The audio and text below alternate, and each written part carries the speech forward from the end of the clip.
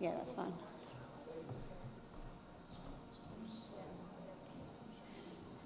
Okay, guys, we might get started. I would just like to welcome you to this session. My name's Tabitha Jones. I'm from Australia. I am a pharmacist, so when we talk about levelling up primary care services, something that's quite dear to me. I'm really quite interested about how primary care supports integrated care and integrates better. And we have some different disciplines here presenting today, so we can hear a bit of diversity in primary care. We're going to get started. We are waiting on a couple of speakers, but we will get started in the interest of time. And our first presentation today is from Anna Diaz from the University of Aveiro, and she'll be talking to us about value in primary care. Where are we? And I will just ask, we will get our presentations from our presenters and we will keep them up here for a panel, and we will ask for questions at the end of all the presentations and have a panel discussion.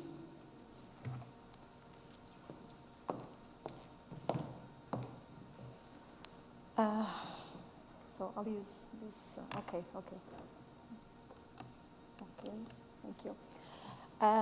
Good morning. First of all, I'd like to just give you some context on this work. We did it as during a proposal that we prepared, a project that we are preparing to submit to a call on science for policy. It was a project that would be financed by the Portuguese Foundation for Science and Technology, and the idea was to give some recommendations on first of all, to understand how we were assessing value concerning the assessment of primary care in Portugal. And the idea was to prepare this proposal of how to improve the model of assessment in primary care in Portugal.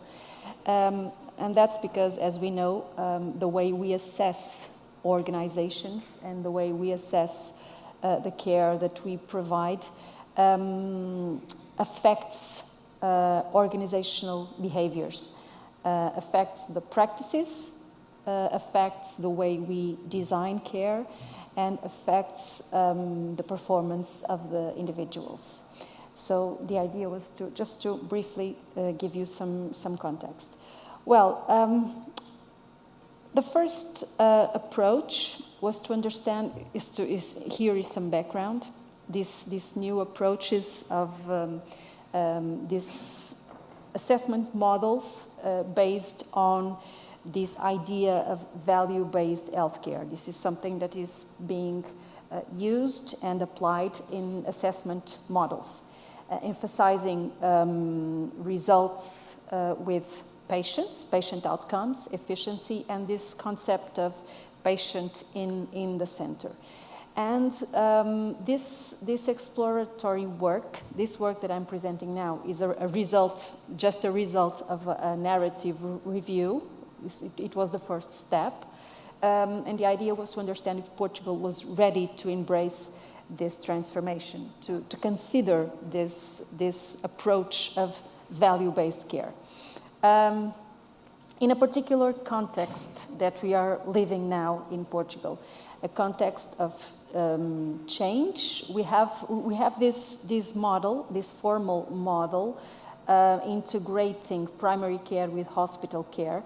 The first experience in Portugal was in 1999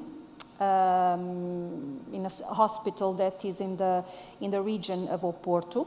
But since then, we've been having some other experiences, and now the idea is to generalize this model of formal integration of primary care with hospital care. I don't want to give you a pessimistic view of the health system in Portugal, because we have been performing pretty well in the last decades. In the last almost 50 years. We have been gaining we have been performing well concerning health results, And concerning the resources and the investment that we have been making in the means, in the health, in the information systems, we have highly qualified professionals. So we have been doing pretty well. And primary health care, in particular, has been recognized for its achievements, its robustness in European comparisons. However, they still face some challenges concerning integrated care and how they are assessed. The idea with this work was to explore if in the current models that we have been using to assess primary care, was to explore if we have been integrating and considering patients and communities and professionals. Okay. So, as we know, internationally, we have been having some advances in primary healthcare performance assessment. However, still, internationally, there is still a focus on costs and volume. In Portugal, so the idea with this narrative review was to assess the current state of primary healthcare performance evaluation in Portugal, and if there is really a need to improve the existing models. We have reviewed some relevant literature around these issues and also some existing public documentation on contractualization in primary care in Portugal.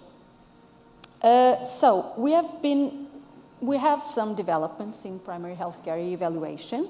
We have already introduced some mechanisms of payment by performance, mixing and combining capitation with the pay for performance component. The idea was to reward accessibility and quality of care. And we have already incorporated indicators trying to improve access to primary health care, disease prevention, health promotion, and even some patient and professional safety and patient satisfaction. Even so, there is still a focus on costs and volume of provision, looking at the indicators that we are using. In terms of assessing patient satisfaction, we could see that there is no uniform assessment tool adopted by the different health centers and the different family units, because we have this reform happening also. We have family units that have some degree of autonomy, and we have the health centers that are still functioning in a most traditional way. Nor there is a definition of the methodologies for collecting and analyzing data. And we have already acknowledged that the dimensions and results that are of interest to patients still are not being considered, those that value-based. In terms of professional satisfaction, it is also unclear how the evaluation is carried out, and the professionals are not involved in this process, and still this assessment doesn't have a significant impact on their performance. Concerning the programs in the community, nothing has been found concerning the assessment of these networks and experiences and programs in the community. We have identified some national primary healthcare experiences. Even yesterday, we had this presentation of a Portuguese colleague that did one particular experience of educating informal carers in her hospital, and they are not public, the results of these experiences. Well, they have results, but they are not public. So, in Portugal, there is still an excessive focus on volume and provision, and of course, it would be important to systematize, standardize instruments and evaluation methodologies adopted in primary health care, and integrate value-based dimensions, those that are really relevant for patients, professionals, and communities. The future. We are in a the idea with this kind of work, and now what we will do after this, is to follow these ideas and questions and try to go more deep on these issues, is because we have, the idea was to create this sense of urgency, because we believe that what we need to do is something that doesn't really imply many hard investments. So we are we are changing. We have many changings happening now in Portugal. We have already a change of government, recent elections. Now we have a centre-right party. We have some recent reforms, and the results of these reforms are not yet public.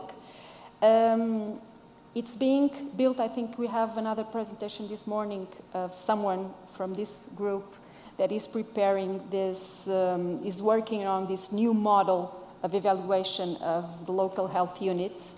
And they are, of course, still under study. So we are at this point.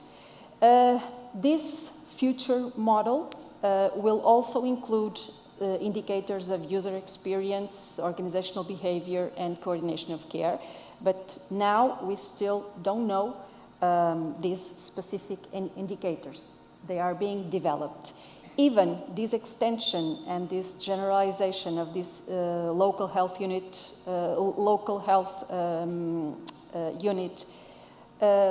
model is a process that is not been finalized. So we will be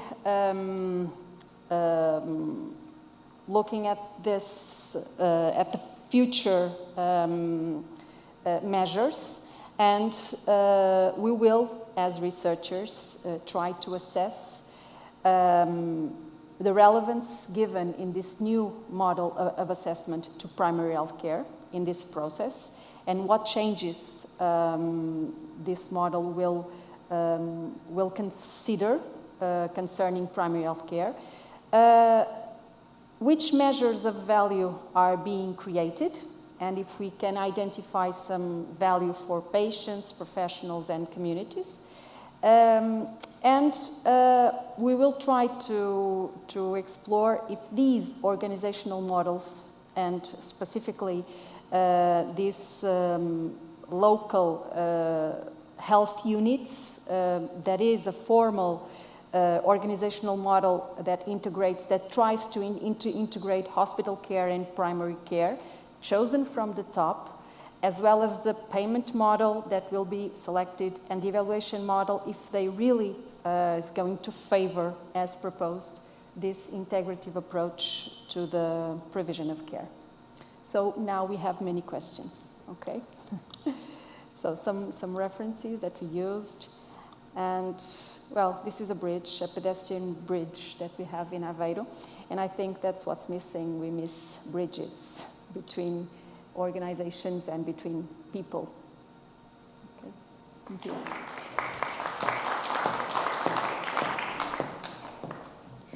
Thank you, Anna, and it's an important conversation that we've been having at the conference around how we do move towards more value-based care, and I think it's also interesting to hear from Portugal, so thank you.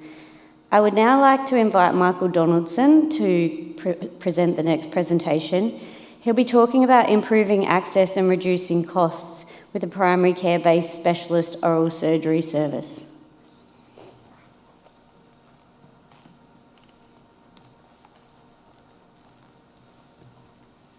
Hello folks, hi, welcome to Belfast.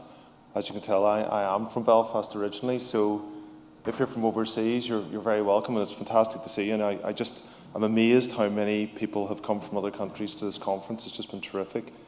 And if you're from Belfast, good to see you. I probably already know you.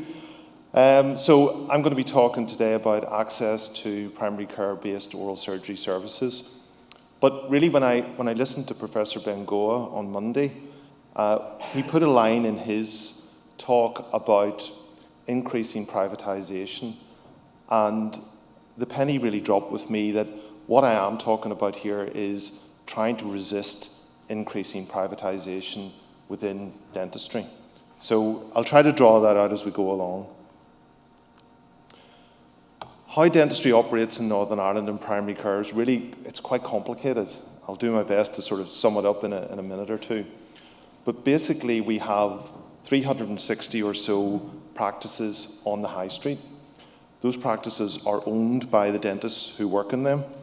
The dentists are not employed by the health service. They are what we call independent contractors. So they decide what health service work they want to do, if any.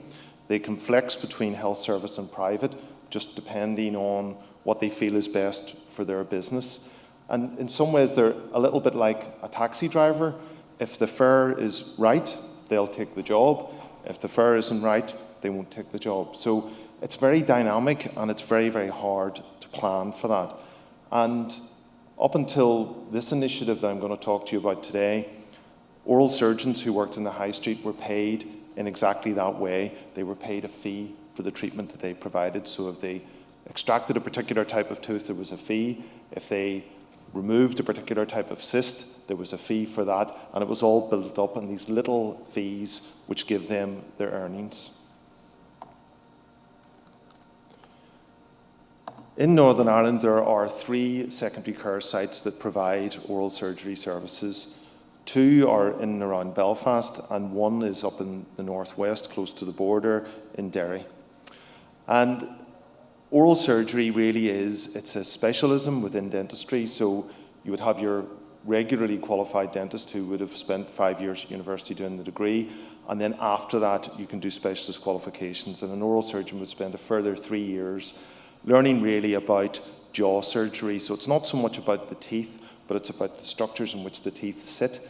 So you're talking about extracting teeth which are buried deep in the jaw, often wisdom teeth.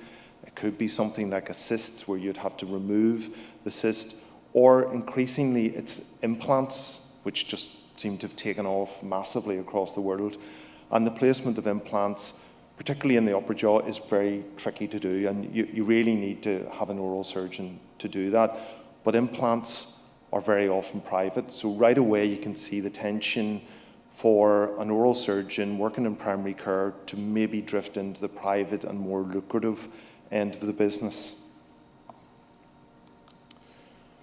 So what we were dealing with really here in Northern Ireland in 2015, 2016 was that the primary care-based oral surgery practices were increasing their private work.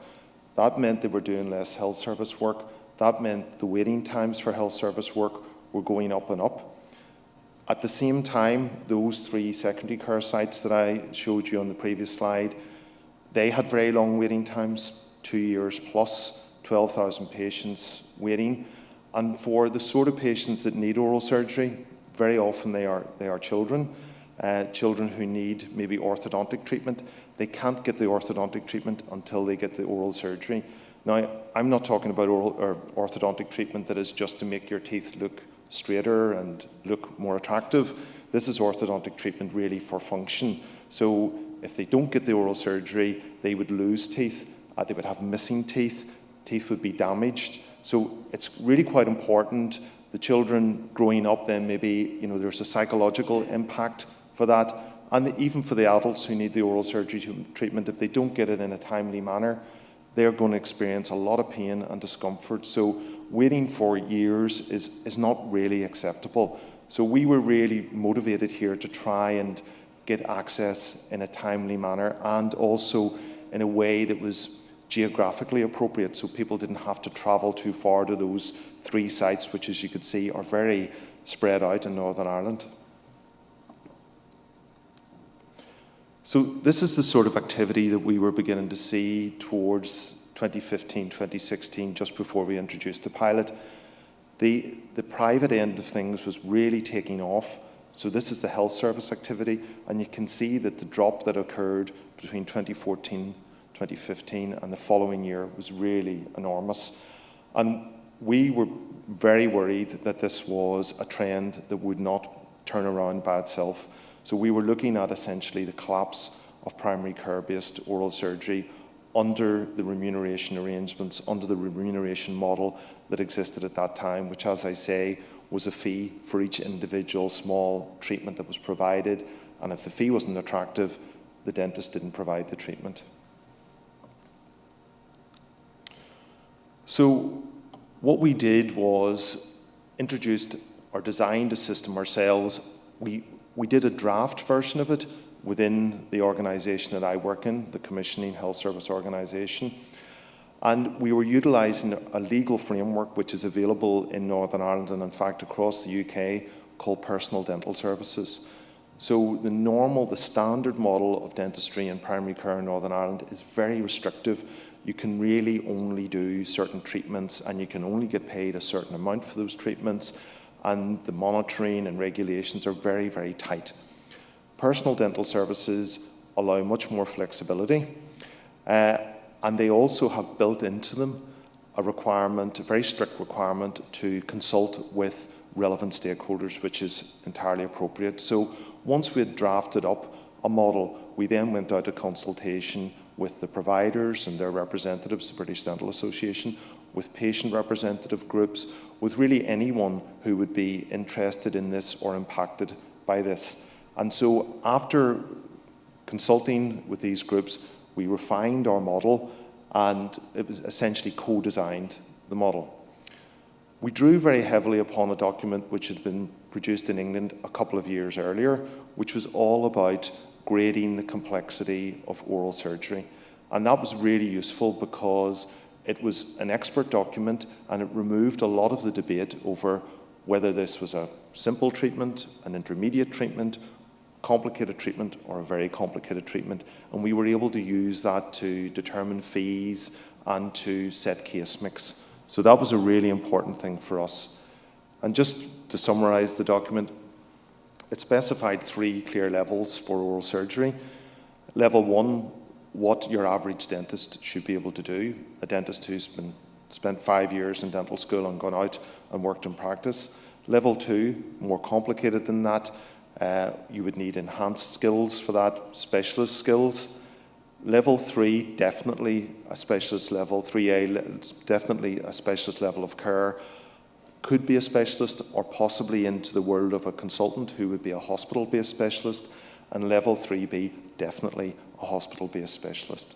And really we were focusing on the level 2 treatments here because not only were they the largest in number that were being provided across the system in Northern Ireland, but they were also very appropriate to a high street specialist, a primary care-based specialist oral surgeon. In terms of the actual remuneration model that we used, one of the innovations that we introduced was essentially we would set a volume of activity with the agreement of the practitioner and the practice that we expected them to produce, and also give them an idea or agree the complexity of cases that we would expect them to see. So this was a very big shift from the previous arrangements that existed, where the practitioners just saw whoever they wanted to see. It was very much a demand-led model, which created lots of difficulties for budgeting. This time round, it was prospective. We would say to them, for example, we expect you to see 1,000 level 2 patients in the next year, and hold them to that. Now, we paid them the additional fees on a per patient basis, and we paid them not specifically on how many patients they saw as they went along. We paid them on a 12th, each month they got a 12th of what they had agreed would be their annual contract. And that gave them some cash flow, helped with the running of the business, which is a key element for these practices because they are just fundamentally businesses which operate in the world of healthcare, but nevertheless they are subject to all the pressures that a business would be subject to. So all the bills that they have to pay, all of the other arrangements they have to make, having a regular supply, a predictable supply of funding is very useful to them. So even though we weren't necessarily paying them exactly for the amount of treatment they did each month, it worked out at the end of the year. If they didn't deliver what they had agreed in advance, then part of the arrangement was that we would recover the funding. So if coming towards the end of the year, it seemed that they weren't going to be in target to meet the 1,000 patients that they had told us they were going to do, then we would begin to tail off the funding and recover funding to make sure that the amount that they received annually was appropriate. And sometimes that did happen, but it happened because the practices had started to get tempted back into the private end of things because that was better for their business. But nevertheless, in the vast majority of cases, we knew up front what we were going to get, and that gave us a security in terms of predicting spend and also predicting activity. We also agreed the case mix that they must see with a focus on level 2. So again, that helped us have an idea of what we would expect in terms of case complexity, but it also allowed us to go to the secondary care providers and tell them that they really should be focusing on only the cases that they can see, that the simpler cases would be taken care of in primary care. So that if a referral turned up in secondary care that wasn't appropriate for secondary care, it was too simple, they could put it into the primary care referral mechanism. We also set the term of the arrangements. Originally it was for a year, but we learned after a while that was too short, and we have now extended it up to 3 years, just to give all of those who are involved in this some security going forward so that they can make their business plans.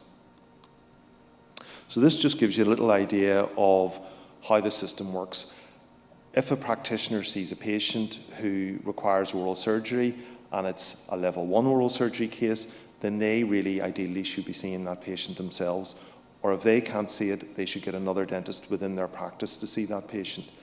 If the patient is more complicated than that, then their first port of call is to send the patient to a specialist oral surgeon working in primary care. If it's more complicated again than that, and the practitioners were all trained and explained on what criteria were required for level 1, level 2 and level 3. If it's a level 3, they are to send those patients off to secondary care. Now, the referring practitioners were not always accurate in determining what was a level 2 and what was a level 3. So it's possible for the specialist in primary care to upgrade a referral and send it on to secondary care, and also vice versa for the consultants in secondary care to downgrade a referral and send it back to the specialists in primary care. So the appropriate referral was seen by the appropriate practitioner, making sure that those who had the highest levels of skill and were the most expensive to pay only saw the patients that they needed to see. So after running this arrangement for about 6.5 years, we now have 6 and a little bit more, 6.5 I'm going to say again, dedicated oral surgery specialist practices in Northern Ireland. So they focus on doing oral surgery, and that is it. Within those practices, they have 10 oral surgery specialists. So they are accredited, UK accredited specialist level oral surgeons. They also have within those practices 24. They are subspecialists, but they are nevertheless more experienced and qualified than a general dentist. So there are 24 of that grade of dentist. And that allows the individual practices to determine, even within the practice, who is the most appropriate person to see a particular case. So it's a further level of triage and matching of patient complexity to provider skill and experience. And using this model, we hope our target is to see 11,000 patients per year. At the moment, we're at about 8,500 or 8,300, so we're not quite back to where we were. In terms of geographical access, so the red X's show where these dedicated oral surgery practices are, and you can see whilst the coverage of Northern Ireland is not necessarily equal, it's certainly more comprehensive than it was in the past. Now, when we introduced the model in 2016-17, you can see that there was an immediate restoration to levels of activity that we saw beforehand. So the fight that we were having with privatisation, it seemed at that point that we were winning that battle. But of course, shortly after this, COVID kicked in March 2020, and immediately our activity levels in primary care just dropped dramatically, and that was because of the restrictions that were placed on primary care dentistry, because dentistry was a very high-risk activity for the spread of COVID, aerosol-generating procedures, very close proximity between the practitioner and the patient, and lots of other reasons. So very, very tight cross-infection control procedures reduced activity massively. And really, since 22, we have been trying to recover activity. We're back, as I say, to a little bit over 8,000, but we're still not back to where we were before the pandemic. And this is something we've seen really across primary care dentistry in Northern Ireland and in secondary care dentistry as well. So it is a struggle to restore activity, and at the same time, we are not just trying to get back from the effects of the pandemic, we are still fighting the privatisation end of things. In terms of the case mix, it was very much focused on level 2, which is exactly what we hoped. We had those pre-ortho patients at the 12 o'clock position, which were very important to us because they were the children who weren't going to be able to get their important orthodontic treatment until the oral surgery was done. We had more level 1 patients than we would have hoped. This was really like a post-COVID phenomenon where some of the practitioners had become, the generalists had become de-skilled, and they were referring patients on that in the past they would have seen. So we're beginning to pick up effects of COVID in this model as well. In terms of the issues we face at the moment, it's the ongoing tension with privatisation, and despite the fact that in the UK and in Northern Ireland, the economic situation is not particularly bright, there does seem to be quite a lot of patients who are willing to pay privately for their dental treatment, privately for their oral surgery. So we're constantly having to get the oral surgeons back into health service oral surgery. This is difficult because there's a workforce shortage, really a workforce shortage of oral surgeons across Europe, and in Northern Ireland we are fighting to try and keep the oral surgeons in the health service. If there were more oral surgeons, it wouldn't be such a tough battle, but it is a tough battle. And when we set the fees to try and keep the oral surgeons working within the health service, there's a tension there. We're trying to set fees that are sufficiently attractive to keep them working for the health service, but if they're too attractive, then it begins to eat into the private market, and patients that would have been seen privately end up being seen in the health service. So we're trying to walk a fine line between having some sort of private market that takes some of the demand down, but we don't want to kill the private market completely, because then all of the need will fall on the health service. So for us, there's a happy medium, and if we overpay the practitioners, we kill the private market and the demand for our care goes through the roof. If we underpay, then the practitioners leave the health service and all the treatment is provided privately. So there's an access problem for particularly those who are coming from more deprived areas. So the benefits of such a system are improved access to high-quality oral surgery, particularly for patients from deprived communities where they wouldn't be able to afford the private care. There's a prioritisation of patients based on clinical needs, so you're seen more quickly if your need is more pressing. The pre-orthodontic treatment for children, I've mentioned a couple of times. We have much shorter waiting lists for these patients in primary care than are currently in secondary care. And we have better geographical access. The practices are located more conveniently, and the patients are happy going to those practices because they feel more comfortable, more relaxed.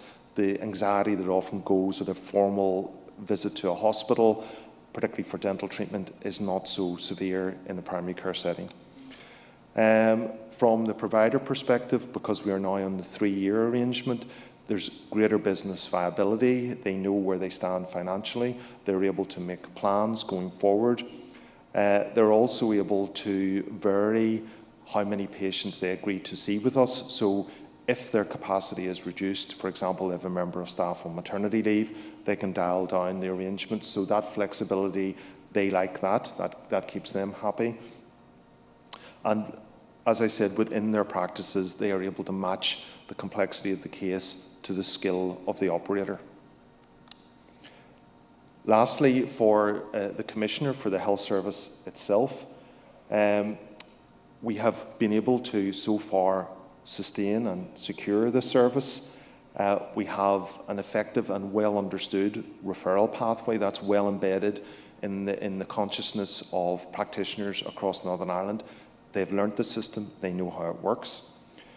We've been able to get a full range of level 2 treatments provided by practitioners, oral surgery practitioners on the high street.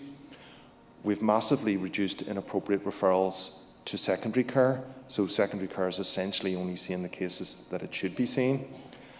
All of this has led to a much more efficient system. So the cost of a patient seen in primary care is about £200 per case. If that patient were treated in secondary care, the exact same patient, it would be about £1,000 per case. So it's 1/5 of the cost if we can keep these patients out of secondary care.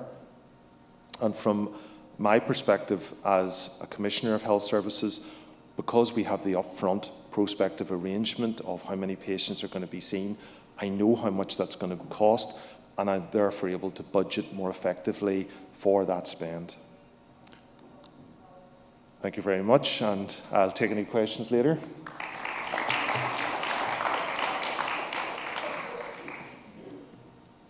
Thank you so much, Michael, and I'm sure that you'll agree that was really interesting. I think our dental friends are not always at the table when we talk about integrated care, but there's been some other presentations in dentistry at this conference, so I think it's great to be looking more laterally at what health means for people. And I think that really is a good example of a project looking at that right care for patients in the right place at the right time, and that equity agenda, people getting care who need it most. So thank you. We will save our questions for the end. And for our next speakers, I'm going to invite them up if they'd like to just join our panel when they've finished speaking, and we will have a conversation at the end. So save your questions up. I'd now like to invite Denise Hall to come forward if she's here. Hello, Denise. Denise will be presenting on Be Connected for Health and Wellbeing, Primary Care Multidisciplinary Team, First Contact Physiotherapy Service, Enabling Self-Care and Community Connections. Thanks, Denise. Thank you for the opportunity this morning. I'd also like to introduce Claire Convery, who's the head of our community partnership in the Clanrye group and integration, and she's going to be speaking with me as well. So I suppose we'd just like to set the scene of where this is coming from. This is our experience in Northern Ireland, where we've been partnering with community and voluntary sector to improve the opportunities for self-care and promoting physical activity. So in the opening address in the plenary session on Monday, you heard about our local Bangor report that has led to the delivery plan, which is Health and Wellbeing 2026. So two of the aims of that delivery plan were about building capacity in communities in the prevention to reduce inequalities and to ensure the next generation is healthy and well. Another aim that is aligned to this project is provide more support in primary care to enable more preventative and proactive care and earlier detection and treatment of physical, mental and health problems. So primary care multidisciplinary teams have been set up in Northern Ireland in a few of the federations. The federation that we're going to talk about is Newry District GP Federation. It's one of 17 across Northern Ireland. So we're situated in the southeastern part of Northern Ireland, and within the model of delivery, they've introduced new roles into primary care, which are first contact physiotherapy practitioners, social work practitioners, social work assistants, and mental health practitioners. Currently, we're delivering in 14 of the 29 practices within our federation. So for any of you who don't know what a first contact physiotherapy practitioner is, they're an advanced practitioner. They have a range of advanced skills. They're able to provide a musculoskeletal assessment. They're identifying red flags. They're non-medical prescribers. They can provide injection therapies. But they also have a key role in self-care and the management of MSK conditions. So as we know, about 30% of a GP caseload can be musculoskeletal conditions. So that expertise in primary care is what we're delivering. So what we decided was a key strategy was about early intervention and optimising self-care in musculoskeletal conditions. And whenever we started, we were just a month in before COVID hit. So we were only a very small team. At the start, there was only 3 first contact physiotherapists. And one of the things we were struck straight away was the levels of physical activity within the patients who were present within general practice. So with the challenges of COVID, we thought this is a good opportunity maybe to gather a bit more intelligence around this. So we undertook a survey to understand patients' awareness of the Chief Medical Officer's guidelines on physical activity. So that's guidelines throughout the UK. And they have been tailored towards different age groups, people with different types of conditions, and really in a drive to try and inform the public around what keeps us healthy, what levels of physical activity that we need to undertake. So there is a baseline ongoing health survey in Northern Ireland, and this was the data that we did have access to, was back in 2016, 2017 around physical activity. And we looked at kind of the status of where patients were in terms of being able to comply with meeting those guidelines. So there was an overall rate of 57% reported in that particular health survey, but you can see there's a significant difference between the most deprived and least deprived areas of Northern Ireland. So in our own survey, we managed to get 72 patient responses, which we thought was really good, in 6 GP practices, and we asked them a range of questions.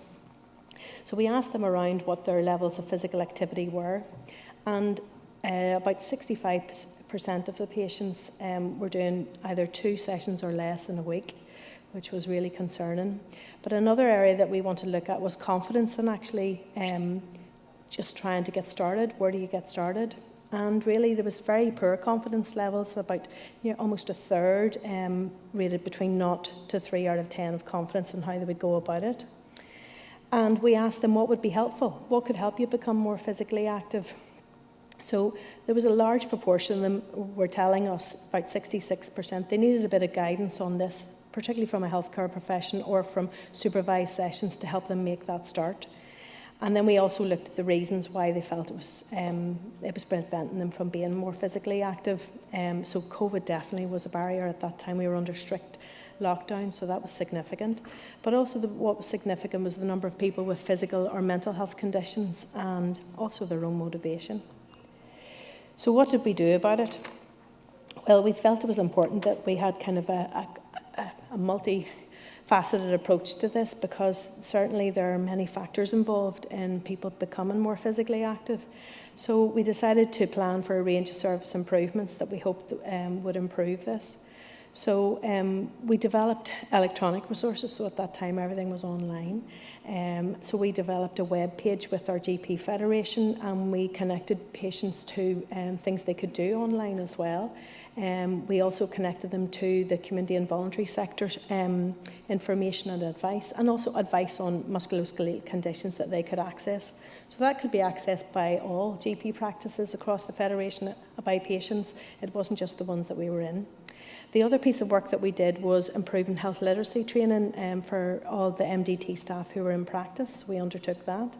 And also we looked at how could we connect people to the information. So we used within the GP rec, where there's an opportunity in certain operational ability within practices to send information directly to the patient's phone. So we tried to do that.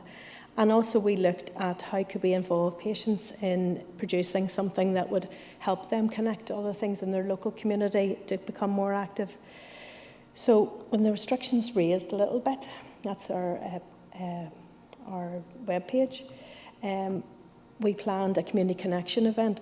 So we decided to do this in Annalong, which is a small rural village, very far away from a lot of health services, definitely from hospitals, and had quite a high demand from a musculoskeletal point of view of conditions and patients who were struggling. So we worked with our own MDT colleagues because this needed to be all-encompassing. It couldn't just be about physical activity.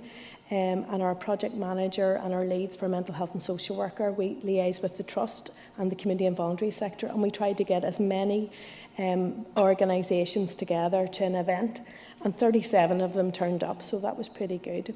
And we were able to get patients to come into a local community hall and find out a bit more about what was available in their local community. So that was pretty successful. The patients had helped us plan for this event, so we co-designed it together because they knew what would work, the timing of it. They knew who to invite, how to get the word out. Simple things like how to actually find out, particularly in COVID, because it was quite hard to get information around to those people most likely to benefit. So it provided a good template for us going forward to use that kind of model again. And we also wanted to explore, was there any opportunities with our community partners now that COVID restrictions had been reduced to actually deliver on this. So within the primary care multidisciplinary team model, there's what they call a seed fund. And this allows us a bit of flexibility in trying out different projects within different populations to see what works. So small amounts of money. So we identified 2 areas within the Federation. One was in Annalong that I talked about earlier, and the other was in Banbridge, which is kind of an urban town, quite a high population. And what we asked the patients was, what would help you get more active, what would encourage you, so that they definitely felt that they needed some kind of qualified staff. So the Clanrye group, and Claire's going to tell you now what they did, they were able to provide 12 weeks of physical activity opportunities in those 2 areas, and all of the coaches were GP referral qualified. Thanks, Denise. So we've conducted our research. We know who we're trying to target. We've been told the barriers that we have to overcome. Where do we start? So timing was important. We launched this project in mid-January, so the start of the new year, and that was purposeful. New year, new resolutions, encouraging people to come along. The barriers that had been identified are, firstly, people don't know where to go. They want it somewhere local. We're breaking down costs, etc., etc. So you can see from the posters, we're giving as much information on that first contact as possible, and these leaflets are being handed to a person from their physio, from their GP surgeries, their primary care, their pharmacists, and then just in the local community also. You can see by the wording we've used things like easy circuits. We've chosen a morning routine, strength and balance, things that people mightn't understand have that little descriptor. And then if you haven't learned this in your 3 days already, people from Northern Ireland love their tea, and especially when it's free tea. So free tea and coffee, free classes. This is how we're capturing the audience and bringing them in. So we've pulled some of the key stats from our report, and over the 2 projects and the 12 weeks, we had 84 participants. So we weren't expecting that amount of people, and that was a huge success. And if you can see there, 68 people retained the programme for the 12 weeks. So for us, that's massive, an 82% retention rate. We from our research, we did know the kind of community that we were targeting, the group, but mostly it was people who are currently physical inactive, have a health condition, and don't know how to access physical health. So the GP referral in the community setting, as Denise has already said, was key for us, and that gave us some of our most important stats. 40%, remembering this is a 12-week project, so a small project and lots of learning, but knowing that this is something that we need to sustain and make longer. But having 40% reported improved fitness over that 12-week was a key step for us, increasing flexibility and improving balance, so just so important. Why you believe us when we can show you a patient experience. So these are some of the ladies that took part in the project.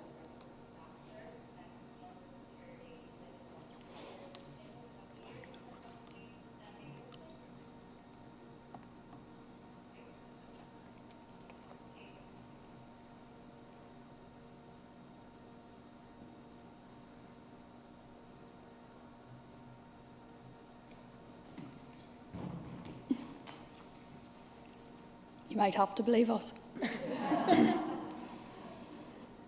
We did check this morning, first thing.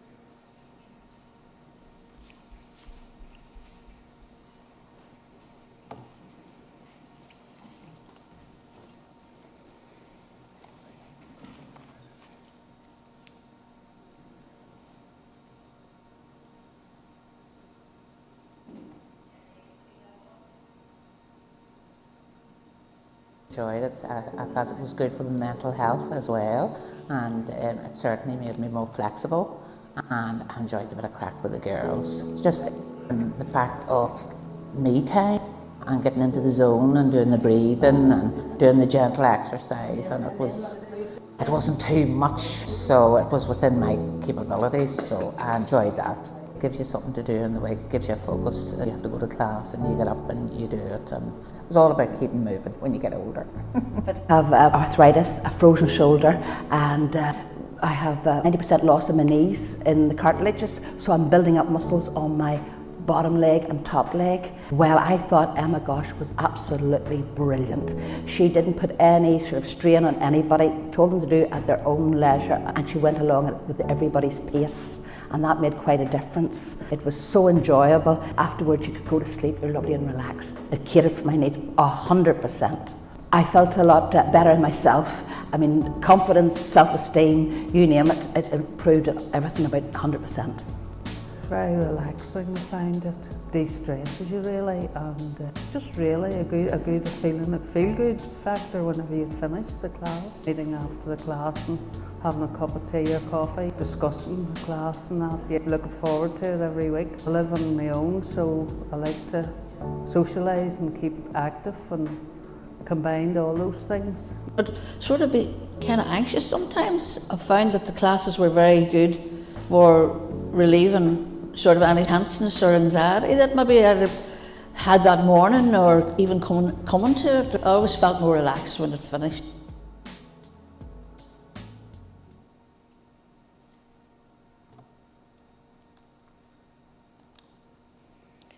So for us, that's given insight to the impact of the project, both physically and mentally for the participants. I come from a community development background, and we believe strongly that that community development approach is vital. So simple things like that initial phone call to explain the context and the format of the class, to reassure people, to tell them what to wear simply, to tell them where to come, to know that there'll be someone there to greet them.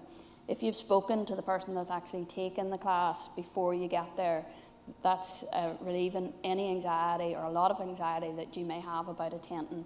So those wee key things that we learn in community development, to me, are vital for this project.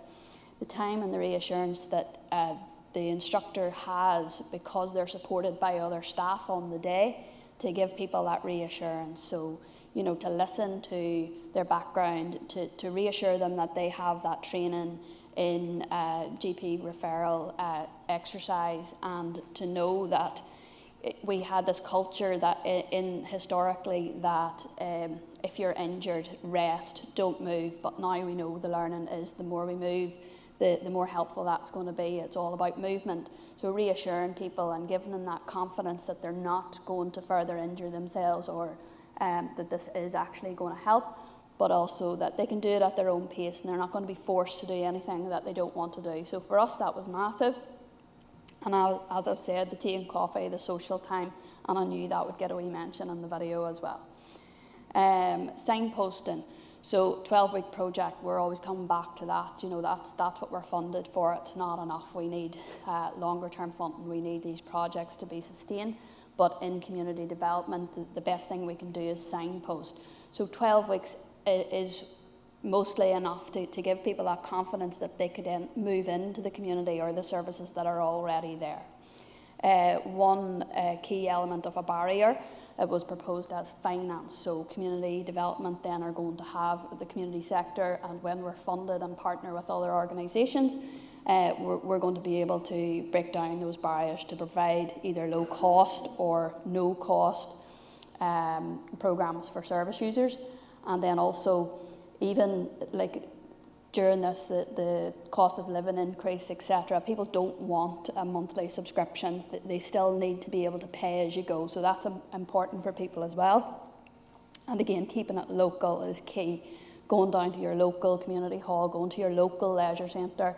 So again, that's all about the financial elements, but just giving people that encouragement to be able to attend. What did we learn from the project? That yes, there is a huge gap in services for accessible physical activity. So that's the key. There's lots of physical activity classes out there, and they're popping up more and more, but it's not accessible for people who primarily have a long-term health condition, and that's what we need to focus on and need to change. Back to the funding, reoccurring funding, that's key for us to allow these things to keep happening, and to partner with our statutory organisations is really helping.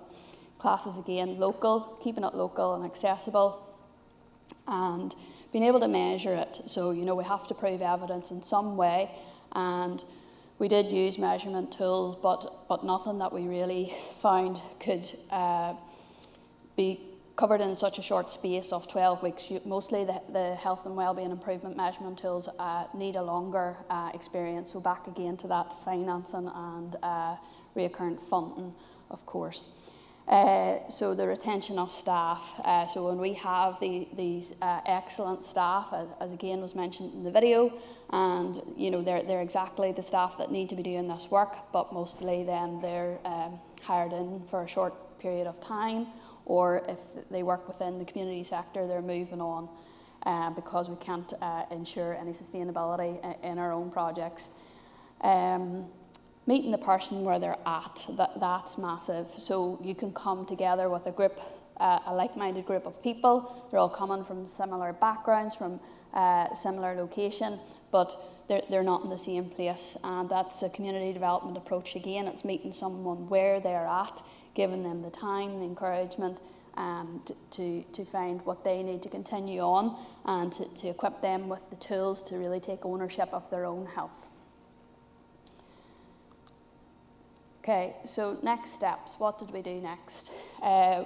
Knowing that this project was a success, and even though it was only delivered over 12 weeks, the impact that had was massive for us, and why we wanted to team up again and do something else.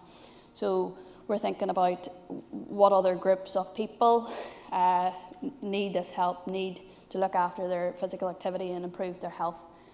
One of the projects that we ran currently it was social supermarkets. So you're meeting people who are currently suffering from food poverty. So that's the last thing in their mind. If they can't afford to buy a weekly shop, the last thing in their mind is their own health or their physical activity. So how do we target this group, improve their physical activity by meeting them where they're at? So it's back to, again, those key community development approaches. We're bringing people together from similar backgrounds. So again, we're breaking down those barriers. We're not making them feel self-conscious. It's all about being that first face, and welcoming somebody in, holding their hand and bringing them in. And then we're almost disguising the physical activity around this. So we're picking something that's like really easy to do. You're almost tricking them into doing physical activity without realising it. So the likes of your more holistic approaches, your Tai Chi, your Pilates, your yoga, etc. And the Time for Me project, again, was a great success because we were able to bring these people together. It was all about time for me, so let's forget about what's going on at home, let's forget about the struggles that you're currently facing, and take this hour that you're switching off. This is for your mental health, your physical health, and you're doing some gentle activity, and week by week then they're realising this is actually improving my health, and this is making my mental health stronger, and that's going to help me make better decisions. So they are all interconnected. And one quote we had from one lady was, "This is the only time in the week for me to look after myself. I have children with special needs, and the rest of the week is full on." So just getting that hour away was massive and had such a great impact for her. So thank you.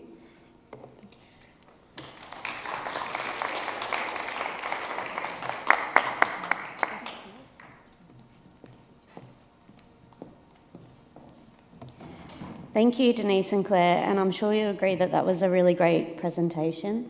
I think this conference has asked us to hold some space for our consumers and our communities and listen to what's important to them, and I think this is a really good example of listening and responding to those needs.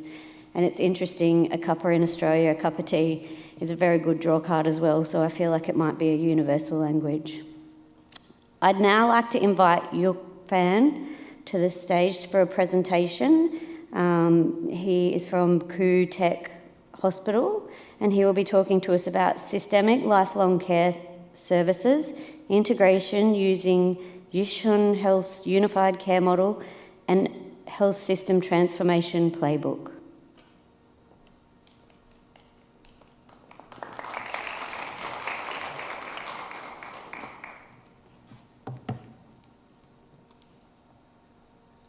Hi. So we've heard from Belfast. So now I invite you to go to Singapore, where we are doing very similar things. But my role in Khoo Teck Hospital, I am a service planner, a system designer. So although we are trying to integrate lifelong care services, primary care services for the population, my role will take you kind of like to the planning space where we look at segmentation models and connect a little bit with the speaker from Portugal about evaluation. So this is where I come from. Singapore is divided into 3 zones. You see the central part, we have the National Healthcare Group. My hospital is actually in the Yishun zone, right at the top, the northern part of the central zone. So my hospital system cares for 300,000 people, and we work with different partners that come together to provide healthcare services. What do we provide? So inherent within my system, we have Khoo Teck Hospital, Yishun Community Hospital, and Admiralty Medical and Surgical Center. So we were very much an acute center, and this phase of our development, we are trying very hard to integrate with the community services, the primary care services, and the GPs out in that northern space I showed you. So a lot of the work we are trying to do now is on the context of the government and the ministry moving towards a fully funded capitation model where we have to ditch what we used to be fee-for-service types models, and then we have to move into that holistic funding model. So a lot of that provides the context of why we need to integrate care with our partners better in order to be able to sustain what we want to do within the capitated funded models. So this picture shows you some of the current initiatives that are already happening in lifelong care. So I will start with the left side first, where we actually, because Khoo Teck Hospital does not provide primary care by ourselves, so we already were working through partnership officers with the GPs and primary care services to provide pre-emergency care, community screening services. We run shared care programs between the GPs and our specialist outpatient clinics. And also there are some collaboratives going on to generate diabetes remission programs with the GPs in order to reduce the burden of chronic disease. Then on the far right side, you see some of the community frailty prevention programs, very similar to what I think the previous speaker was doing with the community. We provide, here the share a pot that we're talking about is we provide soup. So there's coffee and tea as well, but we bring people to a community center where the community enjoys a pot of soup together, and then they reduce loneliness. They have to walk to the center, and then while doing that, they do a little bit of exercise as well. The Dance Up and Step Up programs are very similar to the rehab programs the previous speaker spoke about, but it is in the types of activities that the community partners and the patients are familiar with. The Dance Up is instead of doing physical rehab, they try to do some line dancing, you know. And instead of pulmonary rehab, they try to do karaoke. There's another program that is not mentioned there. That's a karaoke program. But these things alone are insufficient, and there is still a group of people who come to the acute hospital, to our ambulatory care clinics with significant chronic disease burden. They are always with our specialist outpatient clinics because their care cannot be optimized well. So we started this integrated medical clinic 1.0, which brings our specialists working closely with the family as well as a range of behaviorists as well as rehab therapists together to put together an integrated care service to improve the outcomes of the specialist outpatient clinic. So in the 1.0 version of this, we appointed a primary coordinating doctor who will helm this integrated medical clinic and pull all these services together.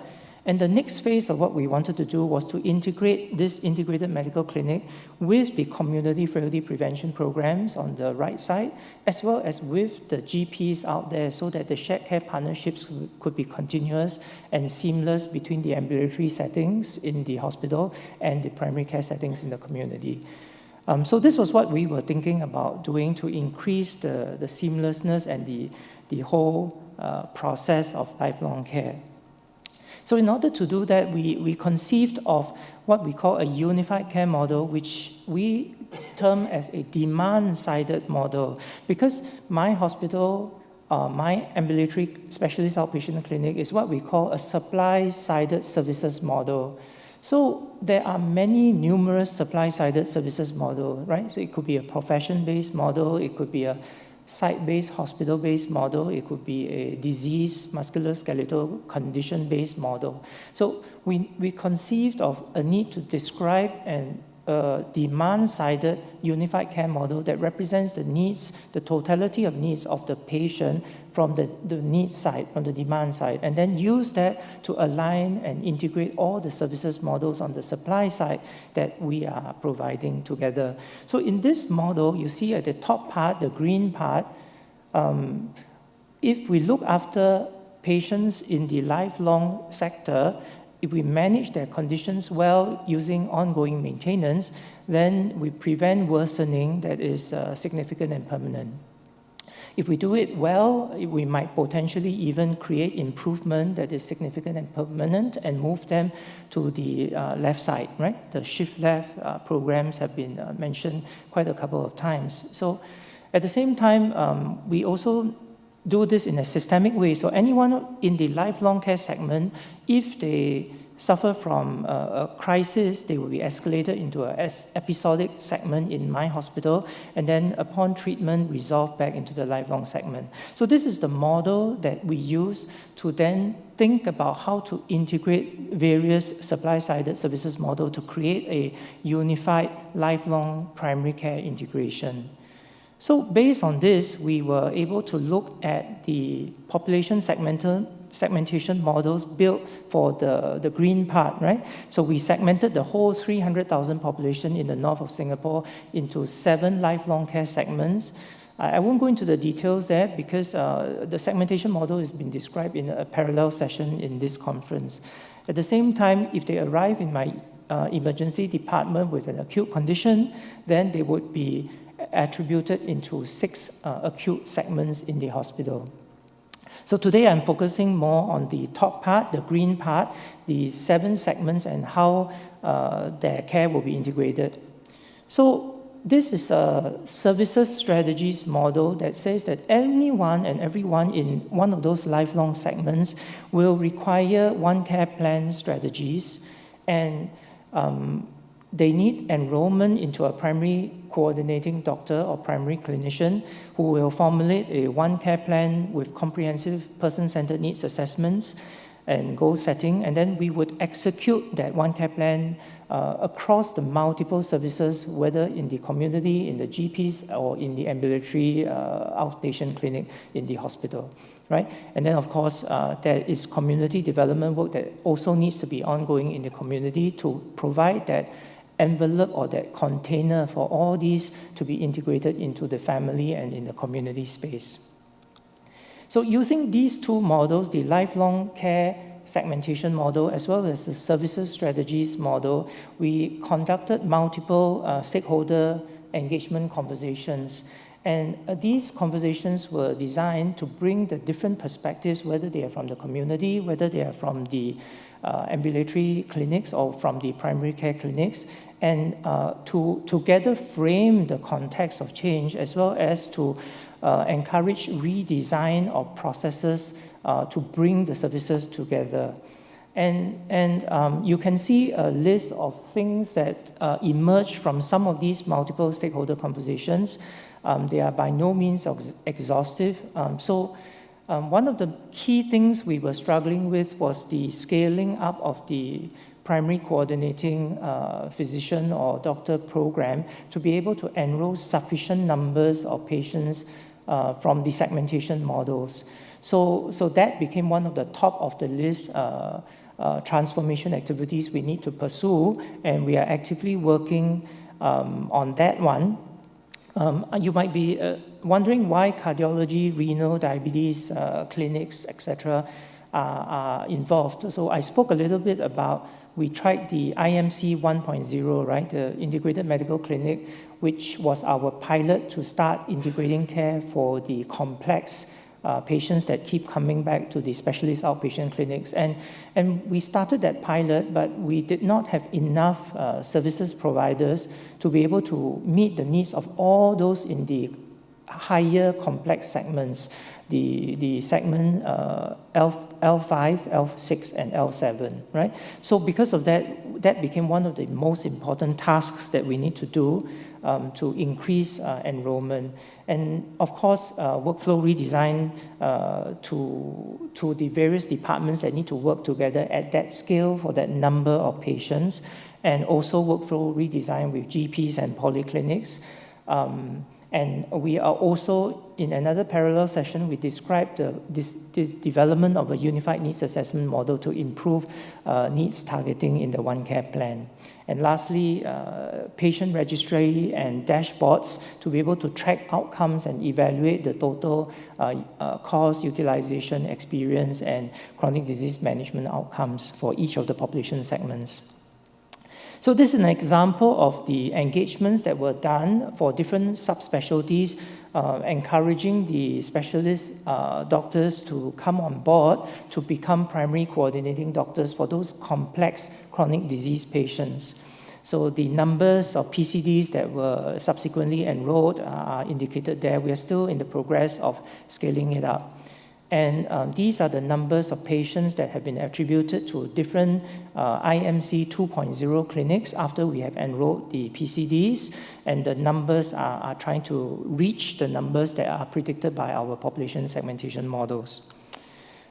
These are an example of the hospital system dashboards looking at the lifelong care segment. Segment by segment, we were able to describe the total number of patients enrolled per individual clinician, and then look at the outcomes of the population segment, the L5, L6, L7 population segments, as well as the utilization by population segment and the outcomes and cost by population segments. So this is kind of like evaluative. It's more for operational management, but we think this can be taken further for evaluation as well. Last but not least, I mentioned at the beginning that this is part of a services transformation, services integration efforts. So we learn from the process of working with the different stakeholder groups, and we kind of articulated a methodology for process and services redesign called the Health System Transformation Playbook. It has got 3 steps, starting with storytelling by different partners and providers, different stakeholders, coming together to build the futuristic services model that they think will integrate care together.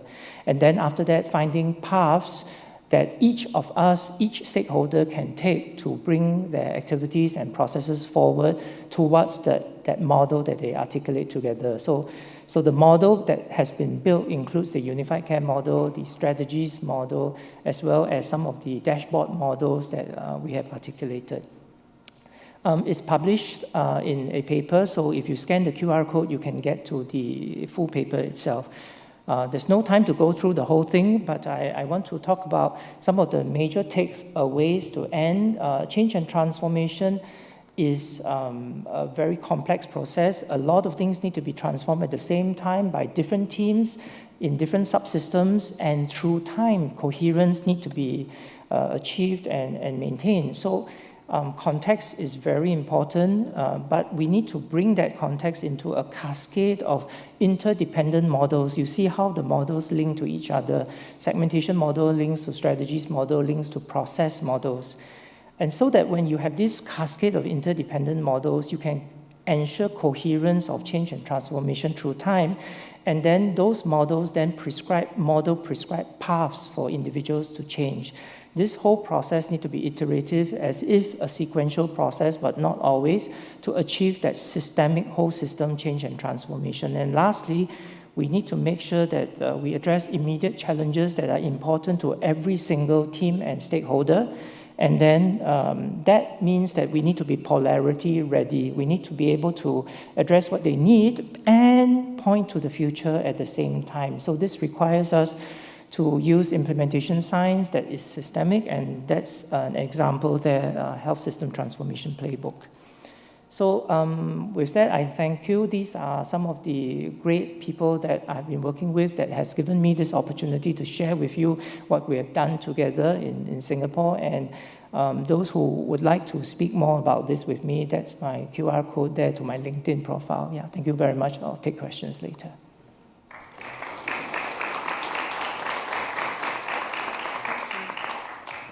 Thank you, and that was again another insightful presentation. And it's interesting to see Singapore, because you're in our region with Australia, and we're very interested in what's happening in our wider region as well. I think that concept of lifelong care is one of the privileges of being primary care clinicians, that we do get to do that journey with our clients right through their life. I would like to now open up the floor to questions. If anybody's saved up some questions, we have a microphone. And just pop up your hand and feel free to address any of our panellists, or they can answer your question between themselves. Don't be shy.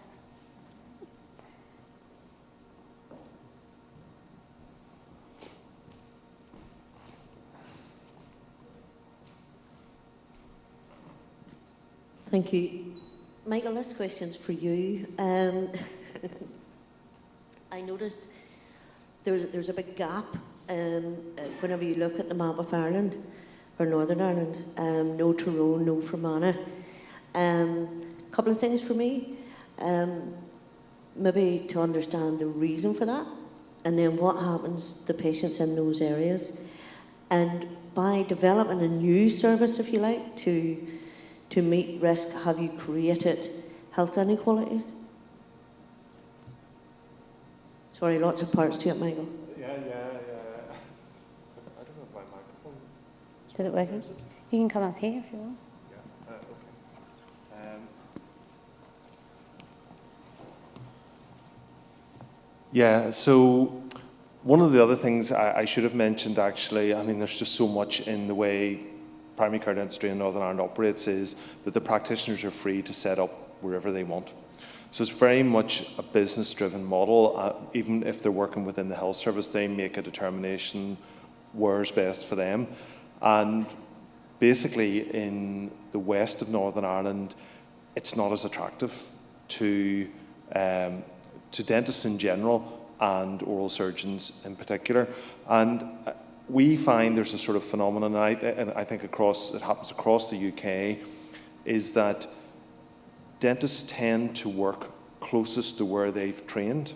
So because the dental school is in Belfast, as you get further from Belfast, the attractiveness, particularly for younger dentists to work there, is reduced because the referral opportunities are less into secondary care. So we do definitely have this spot in the southwest of Northern Ireland where not only is access to dentistry in general not good, but access to oral surgery isn't so good either. And in terms of the patient's options, they just have to travel, unfortunately, and that there's no way around it. We could create something outside of primary care or a bespoke service where we did fix the geographical location, but that would be something different from what we're currently doing, where we essentially put it out to the market. And the model that we run is incredibly efficient. That's why we can get oral surgery operations for £200 versus £1,000. It would cost us more to specifically set up a centre and salary a practitioner, an oral surgeon, to go and work in the southwest, but we might have to do something like that to overcome those inequalities. Was there a third part that I got? Yeah.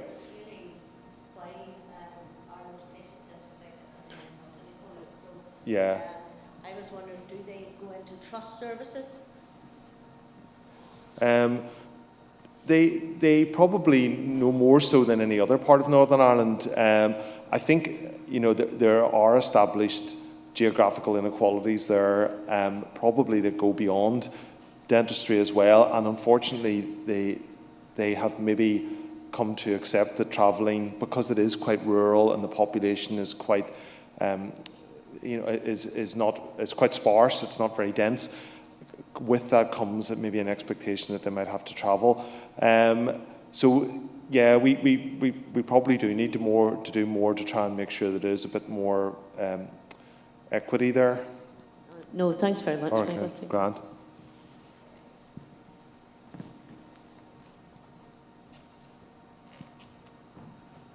Hi, thank you for the presentations. I think they're some of the best that I've heard at the conference over the last couple of days. I had a question that was to do with non-reoccurring funding. It was the MSK presentation, and I think that's something that we struggle with as well in England. So when you're running something for 12 weeks and you've got engagement from that community and they really want it to carry on, but you've got non-reoccurring funding, how do we break that cycle of almost disappointment in the community where you're moving on, the funding forces you to move on? I'm not sure, is this working? It is, yeah. Yes. It's a huge challenge, and I suppose you'll have heard in other presentations around the need for a recurring budget. And I don't want to do the politics bit again, but that's what we need. So if there was a programme for government that had real engagement with community and voluntary sector, which had earmarked over a 3-year plan, that would help the continuity, if you like. The money that we've been privileged to have access to is short-term, small pockets of money, but it is to model different ideas to maybe help inform a larger regional picture on what that should look like. But yes, when you've got people engaged, you want to keep them engaged, and I suppose that's the benefit that Claire's team were able to do, was to what there was available. They were trying to encourage people to access after the 12 weeks. And I mean, we did have some good examples of people who were never going to the gym. These are not gym people we're talking about, they just never have that confidence. But actually some of them did start going to classes that were available, that were low cost. So that was a good outcome.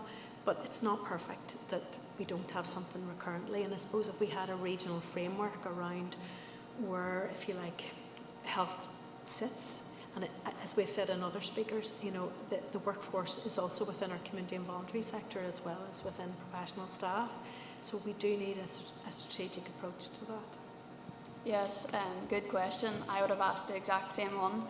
It's a struggle for us, but from a community development perspective, we never disappoint people or leave them. We can only do what we can do, and as Denise said, we will maybe move them into other programmes, so it mightn't be exactly what we were providing, that we were funded for, but we'll always signpost people into something, and even if it's just that connection, a social connection, we'll have ongoing social cafes that will never end. That's something that, you know, we're doing in-house, and we're constantly sourcing funding and, you know, moving people around, but it's a massive struggle, and there's no solution at present. Yeah, thank you. If I may add to that perspective, so I was kind of describing a strategic approach and premise of segmentation that allows us to evaluate the total cost of improving lifelong care outcomes for a community. So we face the same problems where we need to sustain the things that we are doing because of a capitated situation, right? So when we put all the different services on the same level and look at them, we then are now able to see which of these services can help the primary care population reach the outcomes intended at possibly a lower cost. And that's where the community development pieces come in. Again and again, some of the things that my specialist outpatient clinic is providing could be helping to achieve outcomes, but are extremely expensive to achieve that outcome.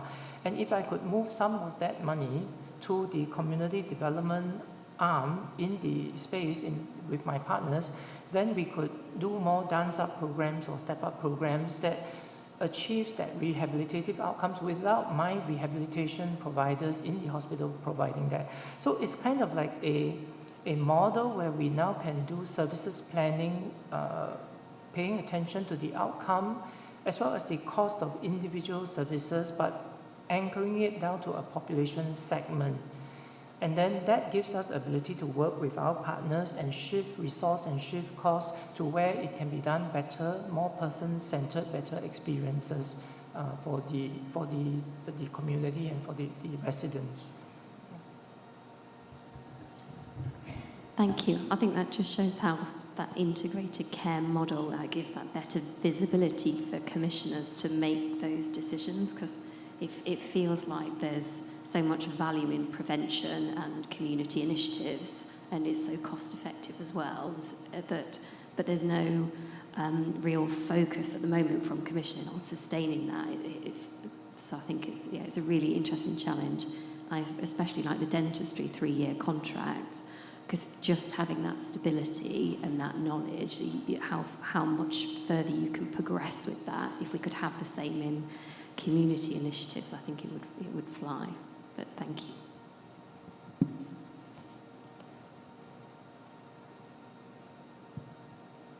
Hello, the presentations were amazing. Thank you so much. For Singapore, I'm sorry I forgot your name. This is the second presentation I've seen by your group, and I'm really impressed by the segmented model of care. And I kind of have like a takeaway that when you're looking at system integration, you need those interdependent dashboards or metrics or models in place, a framework. For initial steps, so if you were a new system, looking at incorporating a segmented population care model, what recommendations or lessons learned could you share? Sorry, can you repeat the question again at the end? Sorry.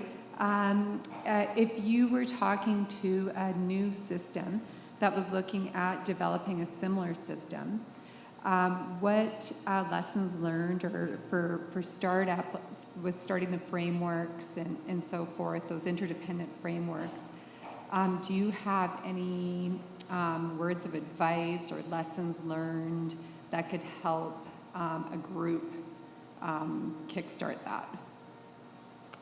I think our first speaker in the plenary, Raphael, spoke about systems, not structures. I think it's absolutely spot on, and the recognition is that everybody plays a role. However, what everybody does need to come together into effective systems. But there are so many systems that make up the larger systems, right? So I need my financing systems, I need my informatic systems to work well with the services delivery systems. So I think the first recognition is that we are here to build a whole that is larger than what each of us are doing, and that requires a systems approach. And then the second recognition or advice I would say is that we really need to be model driven, and each of us need to check that our models are working well with each other's models so that we can amplify the total outcome by all the people working together to integrate care, whether at the front line or at the back room. So I think that's, I could go on and on about this, but these are the two that I think are the most important takeaways that I have personally come to recognize as important. The leadership, clarity, and focus on what that mission is about, and using systems to enable it will help a lot. Yeah. Thank you.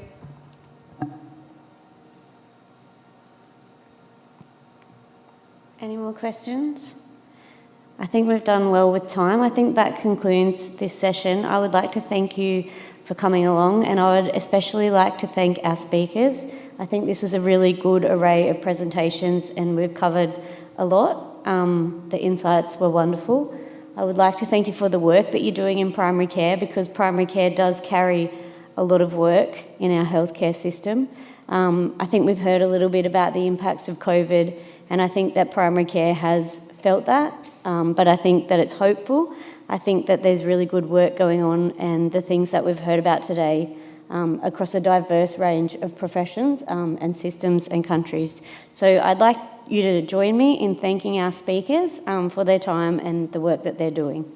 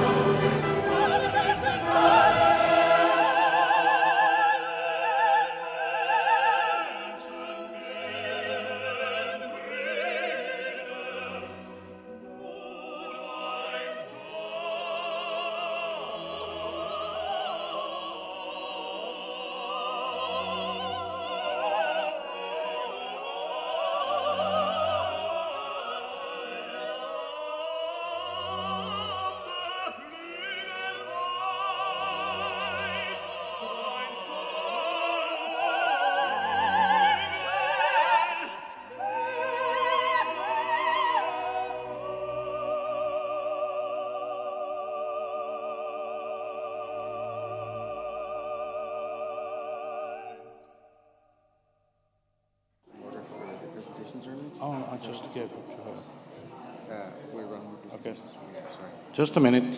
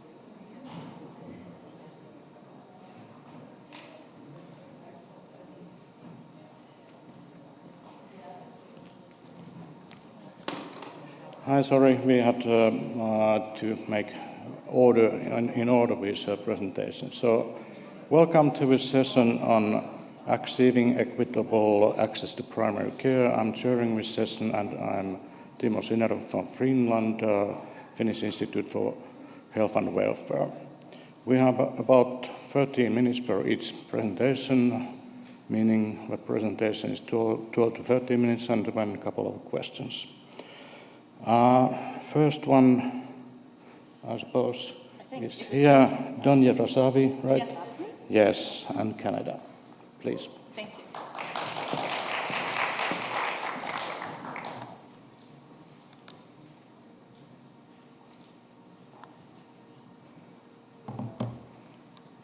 Good morning, everyone. Thank you for coming today. My name is Donia Razavi. I am what's called an OHT Impact Fellow. So if you've been at this conference, you must have heard about OHTs getting started in Ontario. And so it's a newly integrated model of care delivery within the Ontario province of Canada. By my name, you might tell that perhaps I'm not native to Canada. I am a second-generation immigrant. My parents are from Iran. I was born and raised in Canada, and that's part of what stirred my passion for the work that I did in the Eastern York region, North Durham, Ontario Health Team. So I focused on understanding newcomers' access to primary care, really trying to get at the crux of their lived experience with accessing primary care and understanding how we can modify programs to better serve their needs. So to start off, I wanted to say approximately 10%, these are 2022 statistics, so by now, about 10% of our attributed population are newcomers to the region who have immigrated to the area in the past 10 years. What was shocking for us to find is about 16% of these newcomers did not actually have a primary care provider, and that was nearly double the rate of the general population in our region. The most common languages spoken in our region are Cantonese, Mandarin, Tamil, Farsi, and Urdu. And so I chose to move forward with this engagement initiative targeting a priority population for our Ontario Health Team. We wanted to, A, understand newcomers' experiences with the healthcare system and also understand the challenges and barriers that they face when attempting to access care in the region. We also wanted to understand how we could modify our existing programs as an Ontario Health Team and to provide guidance to our OHT partners on how they could modify existing programs or better tailor future programs to serving the needs of newcomers to our area. And finally, because this was an engagement initiative, not really just a research study, we really wanted to be reciprocal in our information exchange. And we made sure to share information about our programs, about resources, and about how newcomers in the region can actually access primary care in the Eastern York region area. I conducted focused group discussions with 3 sets of focus groups. We aimed for representation from a diverse group of newcomers based on age, gender, the length of time that they'd been in Canada, as well as their immigration status. Were they permanent residents? Were they refugees? Were they there on work permits? We also leveraged our existing partnerships with community and health services organizations in the region, but also through these organizations, we're able to build new partnerships with settlement agencies in the region that actually supported us with newcomer recruitment, and the focus groups were actually conducted at these settlement agencies, which was wonderful for our newcomers because these are their primary points of access to the Ontario system in general. Here's just some general demographic information, but I did want to share that we have had 43 participants in our focus groups. 14 were in our Mandarin focus group, 14 were in our Cantonese focus group, and 15 were in our Farsi or Persian Iranian-speaking focus group. And you can see in the table that range of gender, age, immigration status, and length of time in Canada. We wanted to really start out, before digging into the barriers and the challenges, let's just take a step back. What are newcomers' lived experiences? What are their health needs? How do they go about navigating healthcare in the Eastern York region? And so we identified 5 top urgent health issues that are facing newcomers in our region. Vaccination was one that was identified, primarily childhood vaccinations. People are always worried about their kids. I think that's universal. Women's health issues was one that really came out strongly, specifically gynecological issues, PAPS, birth, mental health services. And when asking about mental health services, they were really interested not in pharmaceuticals, but in mental health counseling, in psychotherapy, especially in a new country where that was deemed more acceptable than some of their home countries. Chronic disease management and access to pharmaceutical drugs. What we also learned from our newcomers was that the majority of participants didn't have a primary care provider. It was not surprising. And several participants had not had any type of medical appointment or intervention since they arrived in Canada. The most common way that newcomers who did get medical attention accessed those services was through walk-in clinics, not a consistent provider that they were rostered to. We identified 7 major categories of barriers. I just wanted to point your attention to the bottom. Barriers that are especially challenging for newcomers are asterisks, the last 2. The rest are barriers that all Canadians seem to be facing today when attempting to access the healthcare system. So a lack of knowledge and information, just the complexities of trying to navigate our healthcare system. It's overwhelming for Canadians. It's 10 times more overwhelming for newcomers. Trust and communication, trust in the healthcare system, communication with providers, building that trusting relationship was seen as a big barrier. Negative experiences with the health system, especially colored newcomers' experiences, and they didn't want to access care again in the future. Lack of a primary care provider, that one's kind of straightforward. Hours of operation of primary care, so primary care operates during office hours. Newcomers especially are struggling oftentimes financially, they need to be working, so that was a major barrier for them. Distance to appropriate care in our region. It's an urban center, but it is a bit spread out, so it's not necessarily easy to access health services and public transportation, and most newcomers didn't have cars, so this was a barrier that we found. The last 2, insurance and language of care provision, were 2 that were quite unique to newcomers. Language of care provision is sort of self-explanatory. Newcomers preferred to be able to receive care in their language of preference. Insurance in Canada, we have, in the province of Ontario, we have a provincial insurance structure, and you need to have been in the country for 3 months to be able to have access to that. We also have something called the Interim Federal Health Program, or Plan, for refugees, and that is an extremely challenging program for refugees to navigate. So they found that that was a big barrier to them knowing what was covered, what wasn't covered, and how they could access it. Based on these barriers, we also identified 4 categories of solutions or facilitators that we as a health system could implement to support newcomers with accessing care. So the first category was around navigation supports. Specific examples that came from our newcomers was an organization, a hub, something that provides me with an orientation to the Ontario or to the Canadian healthcare system. Just help me understand how to get started within the system. They wanted centralized information about health services from a trusted and reputable source. So there was a lot of word of mouth happening in the community, but people couldn't pinpoint what was accurate information and what didn't fit and what could steer them down the wrong path. They also wanted something very simple, a flow chart, a visual with not a lot of text that supported them in understanding the basic steps of how to access something like a primary care provider. They also were looking for maybe workshops or information seminars about health issues and how to access care, hosted as an example at a settlement agency where they access regularly, rather than making them go out to somewhere where they don't normally access anything. The second 2, language supports and care closer to home. They wanted to be able to have a centralized list of providers who could provide services in their language. And if that was not available, they really requested live translation services rather than using like a Google Translate or an app. They felt that that was not personal, as well as that there were breakdowns in communication when using an app. They weren't able to clearly communicate their symptoms. Care closer to home, they wanted mobile clinics or walk-in clinics that were more easily accessible than what exists in the region. Finally, sensitization of primary care providers to newcomer-specific needs. The examples are what the newcomers told us about, and when thinking about this, what this really meant for me was sensitizing primary care providers to be able to provide services to those newcomers in tailored ways.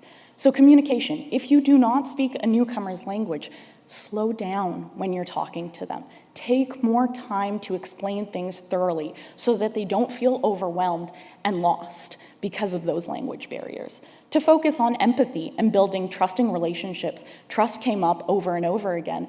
And one of the important things is newcomers are often feeling lost and vulnerable in so many different ways that first point of access to the healthcare system should be their point of safety. And so really processing that, taking that time as a primary care provider would be very meaningful for our newcomers. A quick set of lessons learned before I wrap up. I think I'm going past my time. But what was really important for us to understand is that access has both supply side and demand side determinants. So you can provide the most wonderful services, the most comprehensive set of services, but if your user cannot easily access those services, then your wonderful comprehensive services are useless. And so we really need to think about both sides of the coin when developing our programs. Certain barriers are systemic. They can be really challenging to change, and systems change takes time, while some of these things like the flow chart, very low-hanging fruit. Any Ontario Health team could develop a flow chart on how to access the team easily and quickly.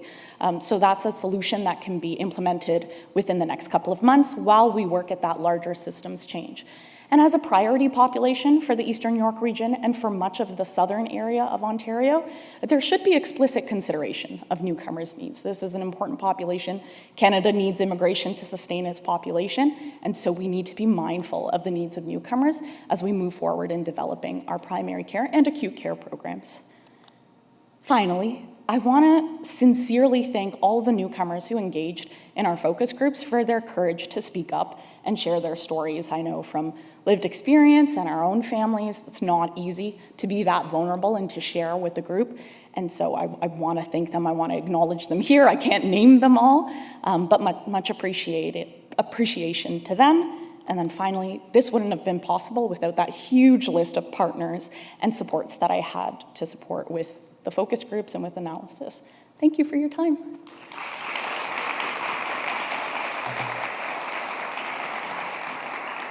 Are we taking questions now or at the end? It doesn't. Okay, no. Yes, thank you very much. We have for 2 questions, I suppose. And please wait for the microphone. Any questions, comments? Okay. Oh. Thanks very much. That was great. Some work we did in a high immigrant area in North Toronto about 10 years ago was very challenging because many of the people were coming from countries where primary care is not the foundation of the health system, and they didn't understand why they couldn't just go straight to specialists. And so we actually had to go building by building to give sort of like an interactive seminar on what is primary care. Yeah. That's such a great point, and I find that is consistent across the board with Canada. With that overarching barrier of lack of information or knowledge, it's a lack of knowledge about how the Canadian healthcare system works, because both China and Iran do not have the same type of gatekeeper model. And so that is definitely something that came up, and learning about primary care and how we work was a big gap for them. And we only had about 3 hours. This was a catalyst engagement initiative, but it was helpful for them to be able to ask us questions and get information about how that works. But it definitely requires a lot of sensitization and education. Thank you. And second question. Hi, thank you. That was really interesting. I'm from the UK, so I'm not familiar with your system. Do you have translators available within the healthcare system in theory, or would that be a new function? In theory, yes, we do. And specifically within like acute care settings and hospital settings, absolutely. But primary care providers, that's never a guarantee. And so the challenge is trying to find providers who are in the community, who are taking patients, especially in Eastern York region, for example. It is a dominant Chinese, Iranian, Sri Lankan, Indian, Tamil population. And so if you have providers that are already speaking that language anyways, then being able to roster patients that way is more effective than employing external translation services. Sorry, I think we are, our time is done now.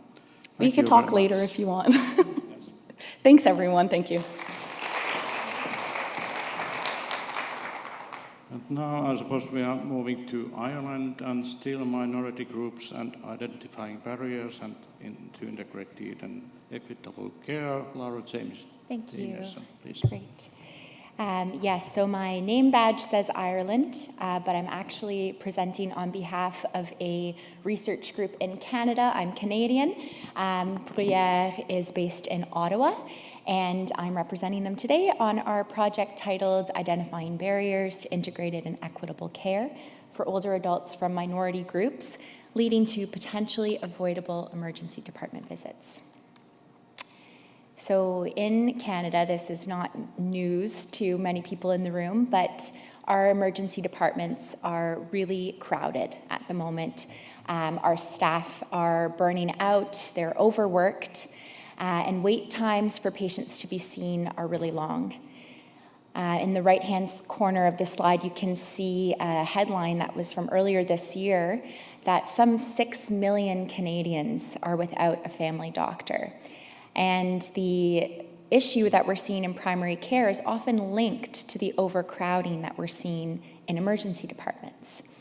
So what we're trying to do with this project is we're looking at potentially avoidable emergency department visits to help us understand the issues that we're facing. It's been said that emergency departments are a barometer or like a gauge of how the rest of the healthcare system is functioning.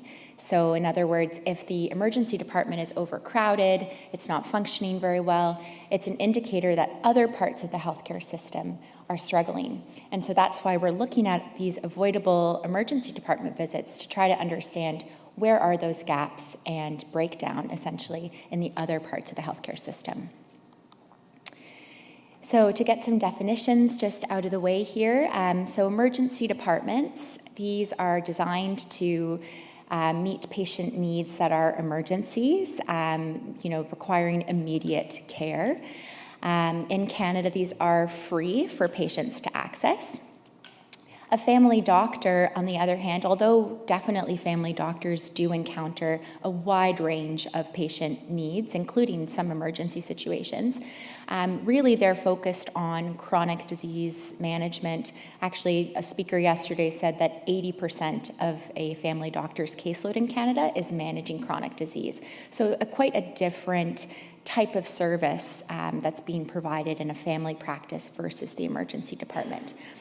These are also free to patients to access in Canada.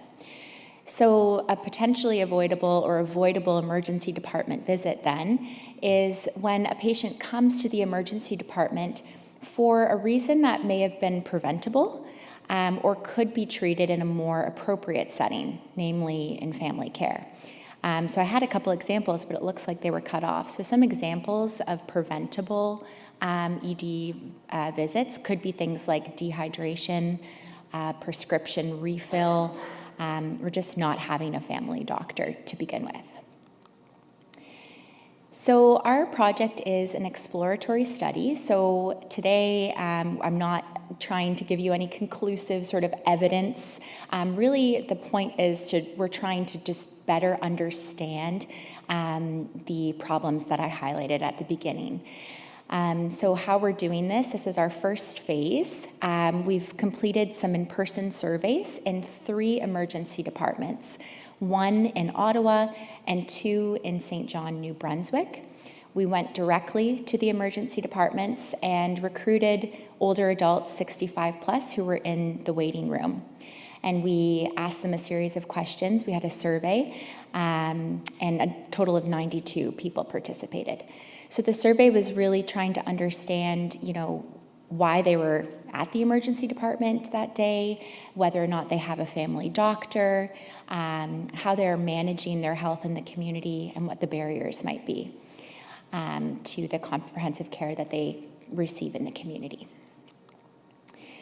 So this slide is just a snapshot of the people that we interviewed. So as you can see here, most people were English speaking. There's a near even split of men and female, or male identifying and female identifying people.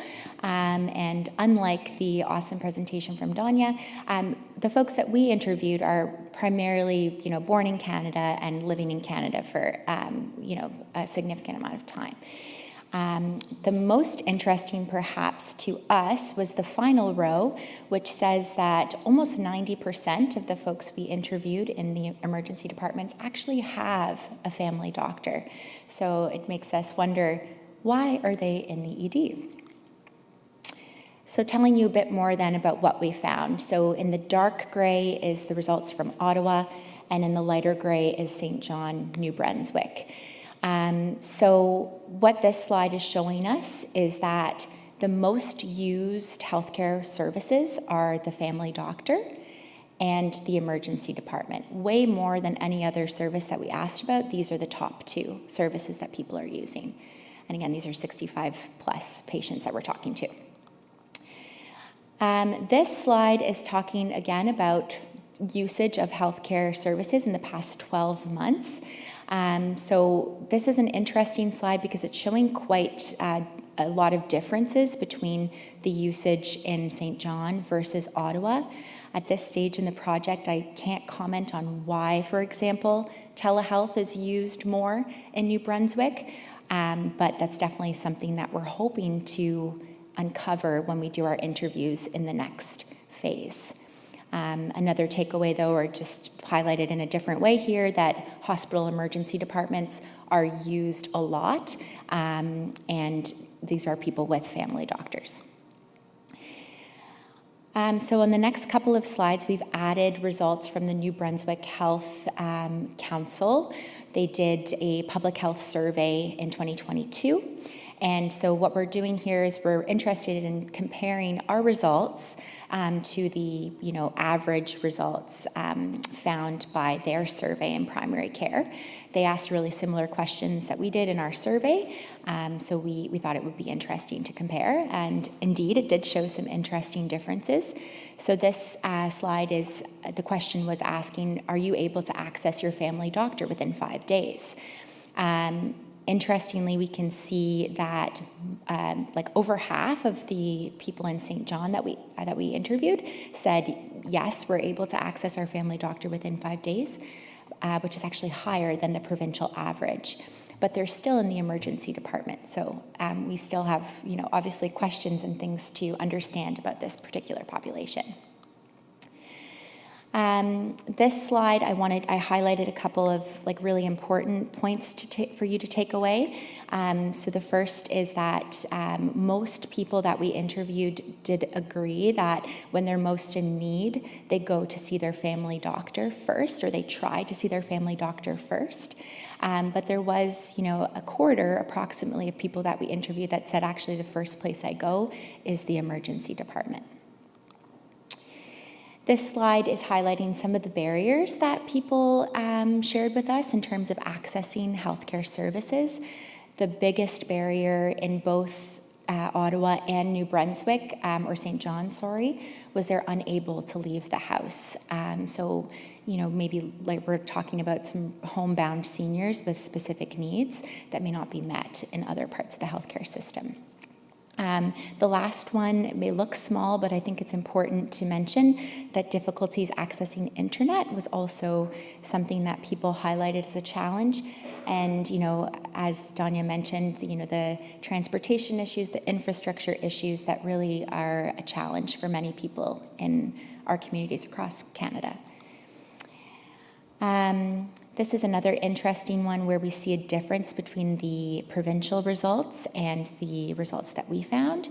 So citizens who reported that they had trouble navigating the healthcare system, the provincial results from New Brunswick show a higher percentage, but our people that we asked about this, not many of them said that they had any trouble navigating the system, which tells us that maybe this group that we're talking to is well-versed in navigating the healthcare system and is maybe more health literate. Okay, so then for short answer results, these are the results from the Ontario group.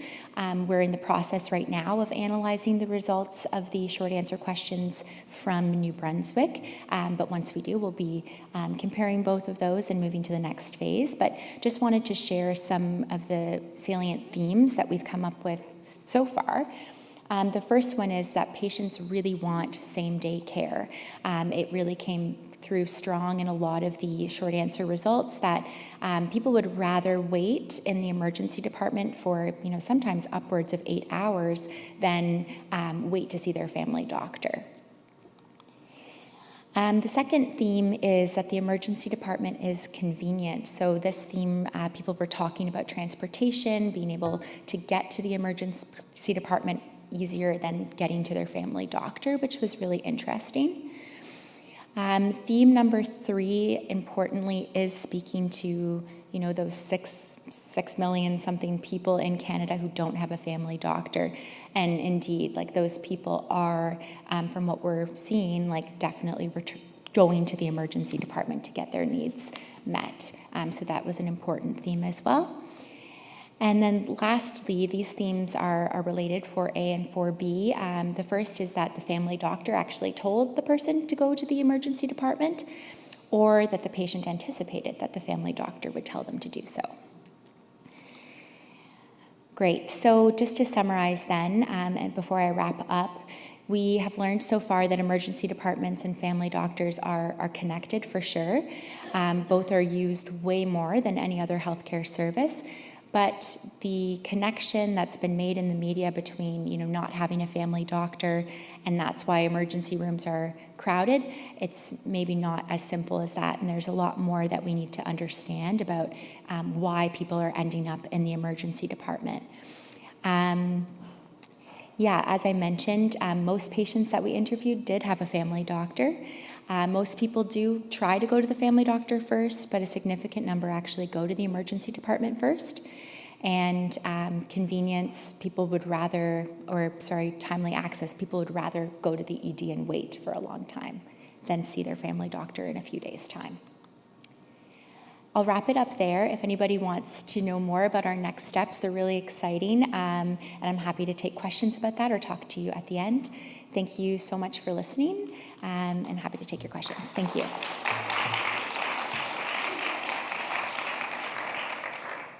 Thank you very much. And okay, we already have a question, right? Yep.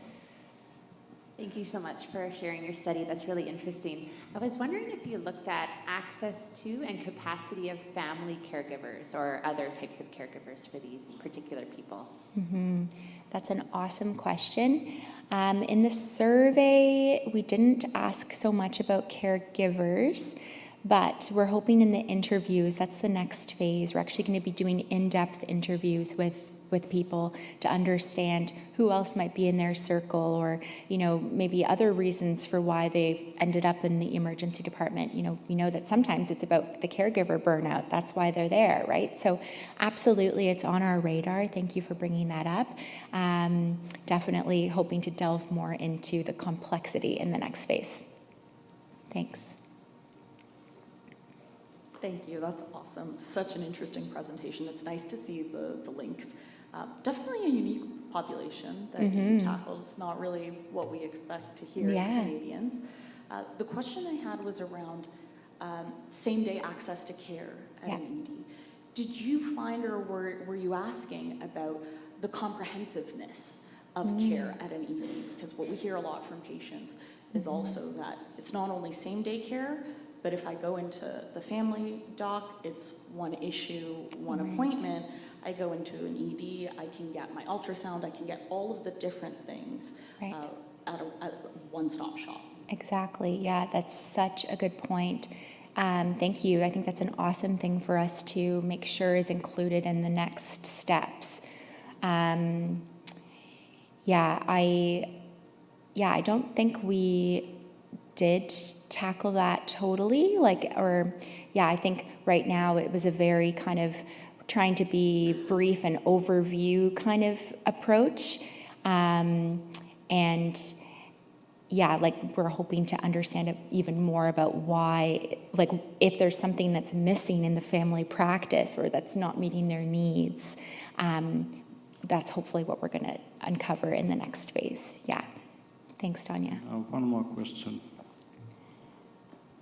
Thanks very much. As a family physician, it would be wonderful for you to get the perspective of family doctors, because our patients go to Emerge even when we've offered them a same day. I've offered Saturday appointments. Oh my goodness. And patients have said, no, I'm going to the Emerge. Sometimes they're going to Emerge to get something that we have declined to give them, like an antibiotic. They figure the Emerge is going to give it to them. And the other reason we've heard from our family doctors in the community is they can't access CT scanning, MRIs, so they send people to the Emerge. That don't fool around. Could be, I can't get access to the care you need, so you need to go to the Emerge. We don't always say that to the patient, so be careful about taking one side of the story. Of course. Thank you so much for sharing that. Absolutely. I really appreciate that feedback. And definitely there's a lot that we can learn from family physicians as well, and I hope that in like the co-design process that we're doing, it's definitely going to include family doctors. Absolutely. So thank you for sharing that. Okay. Thank you very much.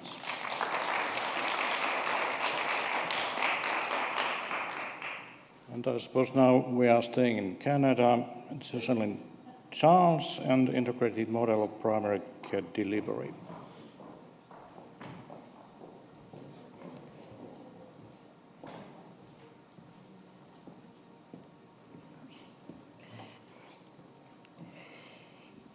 Hello. So you've heard a lot about Ontario Health Teams, and we're presenting from the North Toronto Ontario Health Team about neighbourhood care teams, and with a focus on an integrated model of primary care delivery for unattached low-income seniors in community housing. And it's a perfect segue from our previous presentation. So before I get started into neighbourhood care teams, it's important to put context around the community in which we serve. So Toronto has a population of over 6 million people, which is 3 times the size of Northern Ireland. And the Community Housing Association that we support is the largest in Canada and the second largest in North America, second only to New York City. To access community housing, you have to be of low income. So we know that when to be low income, you often come with lack of informal supports, lack of family, and often living in a precarious social environment results in complex needs. So to address that, we've introduced neighborhood care teams, because we were finding there were multiple service providers coming into the buildings throughout the years to support these needs. And it was very disjointed, both for the client and for the service providers. There was lots of confusion as to who was providing care when for everybody. So what we did was we started to create a one-team approach to the model of care, bringing all the service providers together to ensure that we provide the right service in the right place at the right time, with the goal of promoting early identification and improving health outcomes. So how did we do that? Our approach is getting in there on the ground. We are physically present in the building.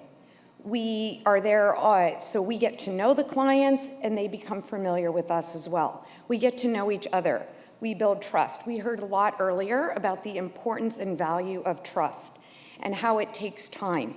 So what that enables us to do is if we see a client and they seem a little bit different than their usual baseline, we have the relationship to connect with them and understand what's going on, and they feel comfortable coming to us.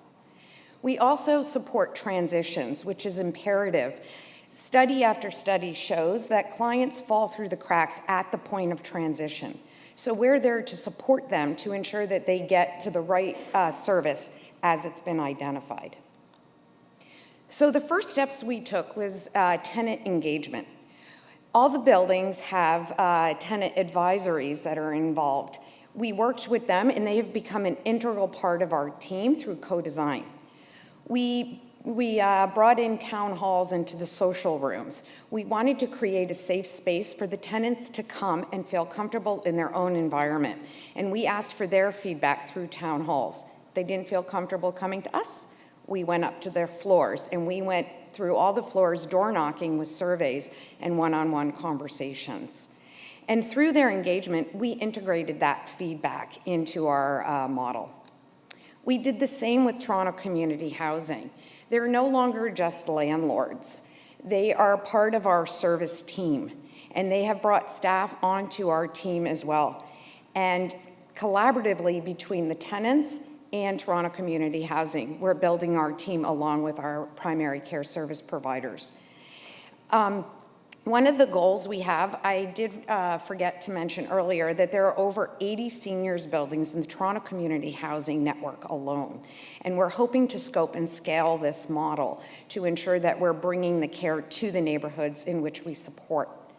One of the beauties that Toronto Community Housing has dedicated to us are clinical rooms, which we would not have gotten, clinical rooms in the buildings that we would have not gotten if we hadn't started to build that ongoing co-design relationship. So here's a list of some of the services that we've been able to introduce as a result of our model. For time, I'm not going to read them all, but I do want to highlight the physician clinic for the unattached tenants, and my colleague Jocelyn's going to be talking about that more. Some of the structures that we've built into our neighborhood care model is we've developed a regular cadence to ensure communication happens regularly. We have partner working groups monthly, we have regular business meetings, and we also have regular clinical rounds to ensure that clients are receiving timely support. And now I'm going to pass it over to Jocelyn. I'm just going to go back one. Thanks, Naomi. So just in the right lower corner is Jane, and she's a nurse that's unbelievable. She's from my clinic, and she has been a huge mover and shaker in all of this work. And what we've really realized over time is the importance of building relationships. That these folks are not easily trusting of us, and look at us with some skepticism. So it's huge to build relationships, and I think that's what we've been able to do. So what we actually started this attachment work during the pandemic, and I know there's going to be a ton of silver linings that come out of the pandemic, and this is one of them. So we were able to have the on-site clinics, but what our nurse Jane did was she helped tenants connect to their family doctors using a tablet, so that there could be video connections. And what was really great about the pandemic, I hate saying that, but there were some wonderful things that came out, is we did get physicians to be able to be paid to do virtual visits, so that was a huge enabler. We were able to, through, Naomi hasn't told you, but she works for an unbelievable community agency that does a lot of things without a lot of funding. And one of them is transportation. So we're able to get transportation to people to get to their medical appointments. We were able to sometimes attach unattached people to a family doctor locally. What we found is that and the hospital thought that many of these people were already attached because there's a family doctor's name on their chart. But when you actually talk to them, they're either not attached at all or very poorly attached. And they may not be able to get to their family doctor because of mobility issues, or the family doctor sometimes had moved farther away. So we then were able to reach out to our local community through our primary care network and try to find family doctors who are willing to accept usually less complex people or people who had less complex needs. And then we were also helping to attach people who are, say, Russian-speaking or Korean-speaking to a provider who could speak their language, because this was hugely important. And then I do provide primary care on-site for those who are unattached, and these tend to be the more vulnerable, the more complex needs people. And what's really interesting now is I started out, not many people would come. And now when I show up at the building, even if it's to do a house call on one of the tenants, they come up to me and start asking me questions. They start telling me about a client in another apartment that they're worried about. And when I show up for my clinic, there's actually a lineup outside the door. So it's wonderful to see this engagement. So we realized that we really do need more than just Jane and I in this building. I mean, we started with the first building, and I'm certainly not going to be the physician attached to all of these buildings. I was there to help pilot this model, and we're trying to now expand it. But we realized we do need a bigger team for sure. So we've got our neighborhood care team, and on that team, we have a pharmacist who is part of a mobile interprofessional team, wonderful for advice and guidance. We have a pharmacy that comes on site and actually helps get people onto compliance packaging. I have involved local pharmacies as well. Actually, I've personally gone out to meet some of the pharmacies in the neighborhood so I could explain to them what we were doing and get them to call me if the person's running out of medications. The on-site personal support workers actually helped by delivering medications at the right time. So we have people who are aging in place, they're getting more cognitively impaired, and so the PSW would just come and remind them to take their medications, may bring them to them, which is hugely helpful. Sprint also provides social work connections for us with the hospital and also with other community agencies, which is fantastic. As Naomi mentioned, we do have the Toronto Community Housing Service Coordinators who are immensely helpful, especially with the people that we have difficulty connecting with, people who are getting more cognitively impaired or have poor or low health literacy. We also have partnered with another agency that provides telemonitoring for no cost, which is hugely helpful as well.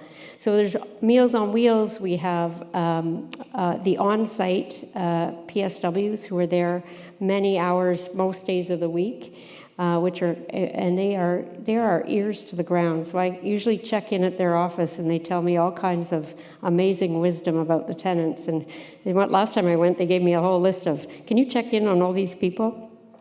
So that's great. We do have significant issues with hoarding and pest infestations, but we are working through this with our community agencies that are on our team. How can we intervene earlier, not let it get to a really challenging state where someone's health's at risk? So these are some of the things that we've been doing. As I mentioned, I do home visits, and so does Jane.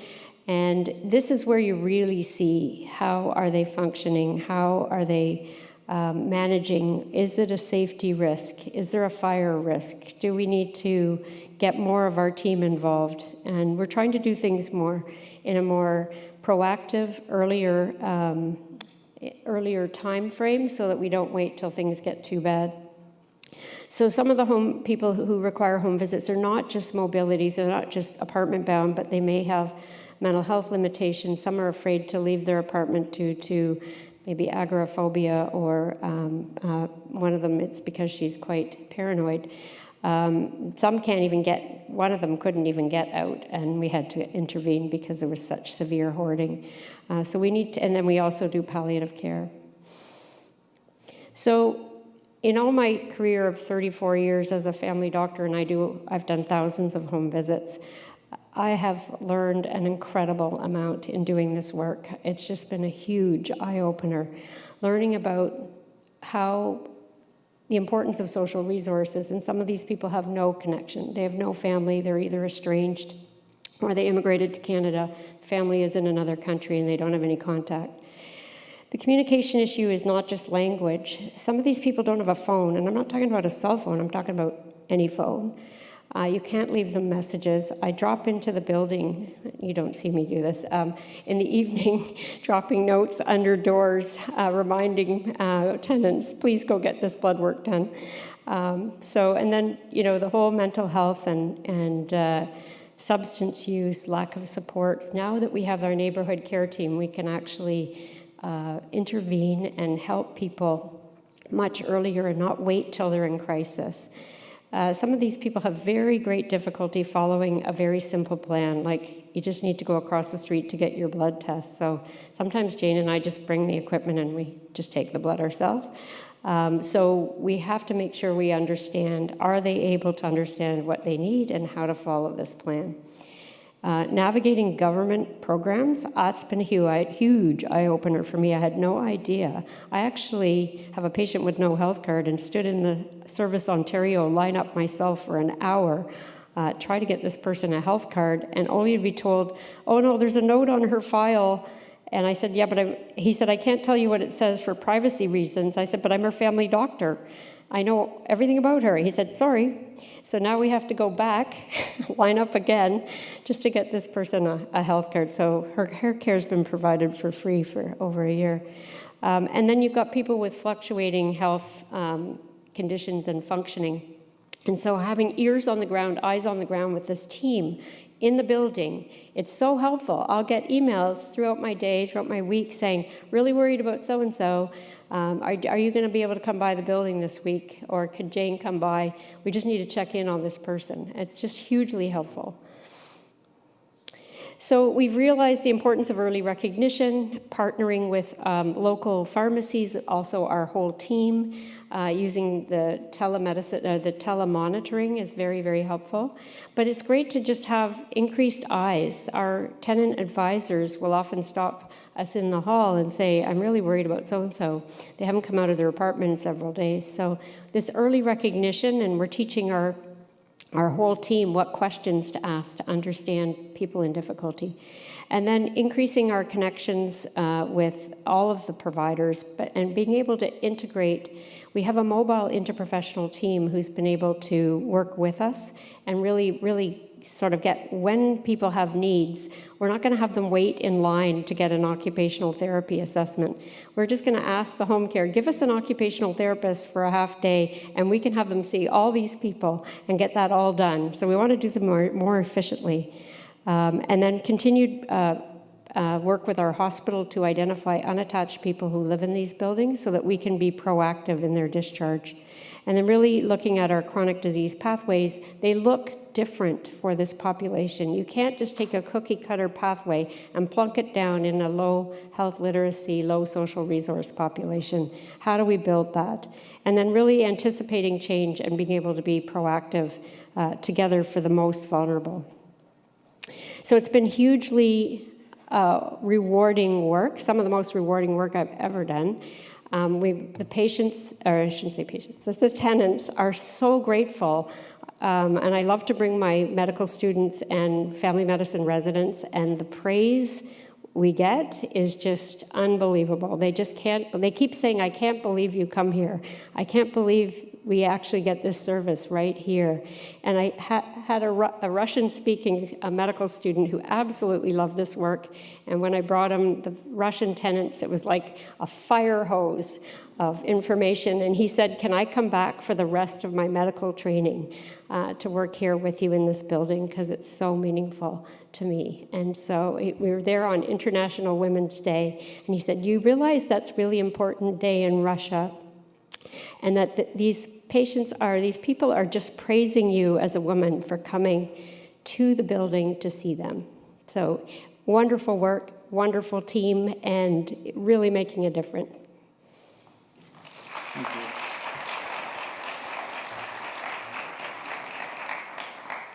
Thank you very much. I think we have to move on to our next presentation. We are out of time now. So I think we are moving to, was it Australia? Caroline Nicholson, and using the implementation research logic model. I'm very curious to hear, what is it? Logic in evaluation, does that ring true? I like to say I'm Caroline from Australia.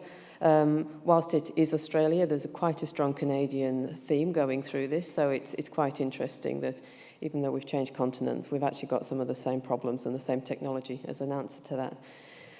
So I'd like to first of all recognise the other authors in this work, particularly Jenny Jobe, who is the Director of Research in our research centre, but also Maria Donald and Claire Jackson. This work wouldn't happen without them. I just happen to be here presenting it. So this is really just to explain the implementation research logic model, which we're going to call from now on because it's too long, and looking at how we use that to assess a digital solution to improving timely access to specialist care from GPs. So most people know what implementation science is, but the crux of it is that first of all, the aim is to look at identifying barriers and enablers across the multiple contexts which we all work, and that from there to develop and apply implementation strategies, ultimately to increase the uptake of evidence-based clinical innovations into practice. Now, we also know that there are a plethora of different models, frameworks, theories, whatever, within implementation research. Some of these have their background in evaluation, but are more now commonly put under the implementation science umbrella. Whilst each of these do different things, it's sometimes difficult to know which to use and when, and how to incorporate them into a sort of a coherent assessment of implementation. So we use something that was designed by Smith and Rafferty. It's actually not a model in itself. It's actually a pipeline logic approach. And the real key thing here is that it puts together various theories and frameworks. It's to assess implementation. So very quickly, I'm not going into all of them, but within this particular model, the determinants framework on your left, that's really to look at the barriers and facilitators of the innovation. And we have things like the Consolidated Framework for Implementation Research, which is the one we use, but there's the theoretical domains framework, there's Paris, there's other ones within that group of determining the determinants, but we use the CIFA. There's the process models, which specify the strategies used for implementation, and in this case, it's with the IJIC model. And then on the right, the evaluation frameworks, which actually look at the aspects of implementation that can be received to determine the success of implementation, so what the outcomes are. And there's things like the re-aim, the proctor, the proceed, but we're using the proctor. And in the middle, you put the actual practice change itself. So what was the problem that we had, or that everyone has, I think it's not just us, but with increasing life expectancy, chronic disease, all the things that we're all hearing about, lack of workforce, we know that there's a problem within our outpatients. Our wait times are increasing year on year. We know that patients' health deteriorates whilst waiting for specialist advice or input. The likelihood of avoidable hospital attendances increases, and particularly for us, and I know for a lot of other people living in very big countries with a lot of space, and that's Australia, that access issues are particularly hard for rural remote patients to do with distance, cost, and just the time that it takes to travel. So we looked at an e-consult model. It's an internationally best practice model that's mainly started in Canada, and we're working with the University of Ontario. They're our research partners, Claire Liddy and Erin Keeley, but they use it across North America and the US the US UCSF use it, Mayo, as I say, Ontario e-consult. I think every state and province, I understand, in Canada has some type of e-consult, although it uses different processes and technology, but they all have one. But our thing was, well, if it works there, given we've got similar, you've got a bigger, but Canada has a bigger population, but we have similar issues with time and distance and lack of workforce, all those things. How can we take that and implement it into the Australian setting? So we thought, well, let's go Queensland. So we started, we're collaborating with our primary health networks in Western Queensland, which is the pink bit, the green bit, which is Northern Queensland, and then you probably can't see it very well. But there's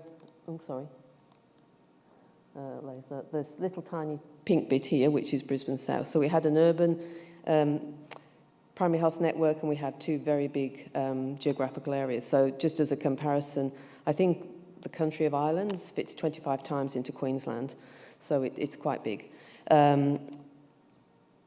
What was I going to say? Right, so we have the primary health networks. We also have Mater Health Services, which is our health service. We have the Queensland Government. We have the Australian Digital Health Agency, the Royal Australian College of General Practice, and our Ontario friends and partners in the research, the Ontario e-consult. So what is it? For those that don't know, I know many of you do, but basically it utilises, in our case, from the GP or the family physician. We haven't done nurse practitioners yet, it's on the cards. We use existing software from the general practices that auto-populates a request for advice. It's not a referral. The clinical governance and the care stays with the GP. It's auto-generated and sent via secure messaging to a specialist with a specific question. There has to be a question. It's not like, here's the request for advice, what do you think? It has to be very specific around what they want to know. The specialist replies within 3 business days, and there's one of 3 outcomes. They answer the question, they ask for more information, or they request a face-to-face, and an appointment, which could be via video, via telehealth, or face-to-face. It's accessed by acute care, general practice, what we have a Royal Flying Doctor Service, which covers the state, and Aboriginally controlled medical centres. So this is the as we had it sort of, and we went through this process with all of our partners to look at what the determinants are, what is it we're trying to do, what are the strategies, and what outcomes are we looking for. And so with outcomes, you look at the implementation outcomes, and then there's effectiveness cost, and there's patient outcomes as well. So this is sort of how we applied it, and it really helped us, particularly a lot of the other stakeholders, see what we're actually trying to achieve on a page, and everyone's signing up for. So what we did a proof of concept in one urban practice. We expanded it to 4 rural remote practices, which was an Indigenous practice, 2 Royal Flying Doctors and a private practice in Western Queensland. And we started with access to general medicine because we felt that it kind of covers a lot of medicine rather than choosing one specific one. And that's what we did. Oh, sorry. So as of the 1st of April this year, we've got 22 GPs, 45 practices, doing 392 patients via this. We started with general medicine. We went to 3 others, endocrinology, dermatology and cardiology, and from the 1st of March, we've extended it to other medical specialties, not surgical. It's a mixed method evaluation. We're looking at administrative data from the eConsultant platform. Got GP collection as a closeout survey, which is fantastic, and the GPs have been great. Specialist data, we're doing qualitative interviews, and we also did a costing analysis. So what did we find? This is very much in line with what the Ontario eConsultant found. From GP request to advice, for the eConsultant, it's on average 1.7 days. For the patient, so when the patient's been seen with the GP and they send it off, we ask the GP to make an appointment within 2 weeks for the patient to come back and get the feedback from the advice.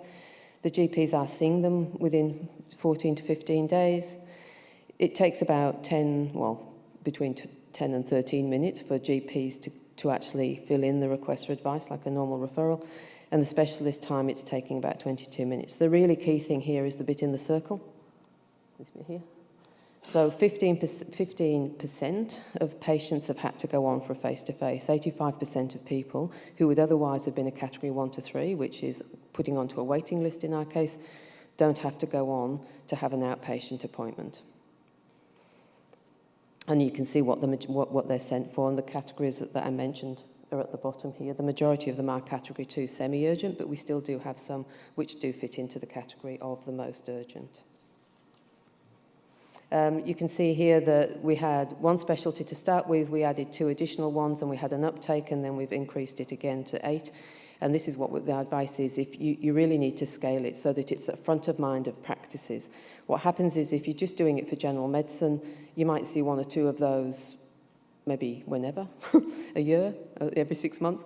But if you're doing it for 3 or 4, but if you're doing it for 8, or our goal is to do it for 20, it becomes part of more routine practice. So we're scaling it slowly, but we're getting there. So the closeout survey, 84% of cases, GPs rated the advice as excellent. They were either to confirm the routine action or got new advice about what they should do. And there was a small percent, 3%, who didn't feel that it was actually helpful in that case. The qualitative feedback, I'm not going to read all of these out. But for GPs in these particularly vast areas, they can refer, in our case, to very different regional centres. You might have cardiology in Cairns and neuro in Townsville, and this way you just have to send it to one place and you get one answer. So they found that really helpful. And sometimes the patients can't or don't want to travel to get care. We have a lot of First Nations people in those rural remote areas, and they want to stay on country and actually get care on country. So this is really becomes an equity issue for that population as well. But generally, the benefits have been that the practice GPs feel that it fills a service gap, certainly improves access. They love the response within 3 days. They get a response and they can get back to the patient, and then everyone feels that they can move on rather than waiting an undetermined amount of time. And in the past, GPs have often tried to contact specialists if it's not just a referral, but they just want to know something, but you end up playing this phone tag. And even with video conference and teleconference, if you've ever worked, most of you have, but within primary care, trying to link the two, a specialist and a GP, is you just don't have time, and it's not a very efficient way of doing it. And as I said, patients have often had to wait very long times and travel very great distances. And it's not just the patients, it's the carers, it's the families. It's time away from work, time away from the rest of the family. It's a really limiting fact when they have to travel. And patients do appreciate this as a continuity of care with their primary care provider. They really feel very well supported. Again, I'm not going to read them, but basically the process has been very easy to use. It's just like you would send a referral, except it's called e-consult request for advice. It auto-generates, it sends, it comes straight back into the practice software from a general practice point of view. They felt that there's a lot of support in place, and we've developed that. We find that there are themes coming through around various specialties, so we target our training for practices, and that's the whole practice, the nurses and the allied health around that. And they just keep asking for more specialties, more and more every time we do it, which is great. There are barriers, not particularly for private practice, private general practices. We have some practices in Queensland who there is no general practice from a private. The business model makes it very hard to be sustainable because of the population and all sorts of issues. So we have the acute care services actually provide the general practice. It's a whole other story. But their software and their technology as we found out, very outdated. Their focus and their work isn't generally general practice. So it's been a bit of a learning curve to try to bring them up. Their practice software was, version 101 when the rest is on 13. And the secure messaging, they can receive information, but they couldn't send it. So it was very focused on the acute side, even though it was meant to be general practice. So there's been a lot of learnings that we've had. And we're also in Australia waiting for secure messaging standards, and we are working with the Digital Health Agency about how we can facilitate that, but it's a work in progress. From the specialist point of view, they feel that it's an organised way of working. Before, people would phone up and ask the questions, and if they did give advice, there was no documentation, often other than people just writing in charts, and not everyone did that, not the specialist. And there's a funding stream, which there was, you couldn't bill before because it was just a quick phone conversation. So there is actually a funding source, particularly for the GPs, because they have the patient with them. The focus really, they feel, is really focused on the GP and the patient and that continuity of care. And we really have, the specialists have really embraced it, which is fantastic. We do need to work on the funding source because, that whilst there is some there, whether it's adequate, that's a part of our current work. And it really the specialists feel that they are seeing the people that they need to see in hospital, not some of these people who just can be collegiately sort of working with, but general practice can actually be provided with care there. We have done a costing analysis, the reference is there, and I could talk about it for a long time, but I won't. But basically, we just looked at the outpatient process. We didn't actually take into account the travel costs, the time away from work, and all the other costs, and that's part of our ongoing work. But simply just looking at a process of outpatients and managing a referral versus an e-consult, and there was a 61% efficiency gain. So it's not only, and that's an efficiency gain to the hospital. That doesn't go to general practice, but there is an efficiency gain to the hospital side of things. So what we're trying to work out is how we translate that with all the other costs and how we might then redirect some funding to actually support this into primary care. So the learnings are, and these are sort of under the sort of the outcomes, the proctor sort of side of things, that it grows with more specialties. The effectiveness, it reduces time to specialist input, which we know has a positive impact on patient outcomes. It does provide continuity of care for patients. We haven't had any adverse events, so there is a safety issue. If people said, well, what if? But we haven't had that yet, and I have to say the Canadians haven't either. The determinants, it does improve access. We are looking at additional specialties. The digital infrastructure, I'm a clinician by background, and I've become some kind of expert in secure messaging, not, but it's been a learning curve. I realise that while we've got all this digital, sometimes it's not actually fit for purpose, particularly when you're trying to work across different organisations and different professions. We know that the efficiency gain is there. Whilst it's for the hospital, we need to look at how we can actually translate that into primary care and support more care this way. And certainly for us, it really does improve access, particularly for those people who don't want to travel. You know, people manage vast properties or their First Nations, they really don't, they can't afford to have that amount of time away from where they live. So where are we going? We are looking at the statewide model and looking at the costing. As I said, we haven't taken into account, we have a patient transport travel subsidy in Queensland. It was 85 million in, I think, 22-23. That's gone up 21% since the previous year, so we're probably nearer 100 million now. And, you know, a lot of time and money is spent on this, so we're trying to sort of look at how we can redirect some of that. We want to look at the reverse e-consultant, or TREC as it's called. So these are people on the waiting list. How can we actually look at those people and offer e-consult as an option to GPs and say, you know, would the patient like this and would you like this? And we're also looking at some of the ED avoidance issues around e-consult. If it's a question that can be asked by a nurse practitioner or a GP, is it a way of trying to avoid those people who don't need to go to ED? Thank you. Thank you, and I'm sorry, I think we don't have time for discussion, and I suggest we are stealing about 5 to 7 minutes from the lunch break, so that we have a reasonable time for 2 remaining presentations. So, Susan Joyce and Holly O'Para, right? Awesome, thank you, and good afternoon, everyone. So my name is Holly O'Para, and I'm here today with Dr. Susan Joyce, and we're going to be sharing our approach to using integrated health hubs and care teams to improve access to primary care for our North Toronto community. So obviously this work isn't just done by 2 people. We do want to acknowledge the lovely, wonderful project team that has helped move us to where we are today, and so you'll just see a name of a few of the folks who are involved in this work.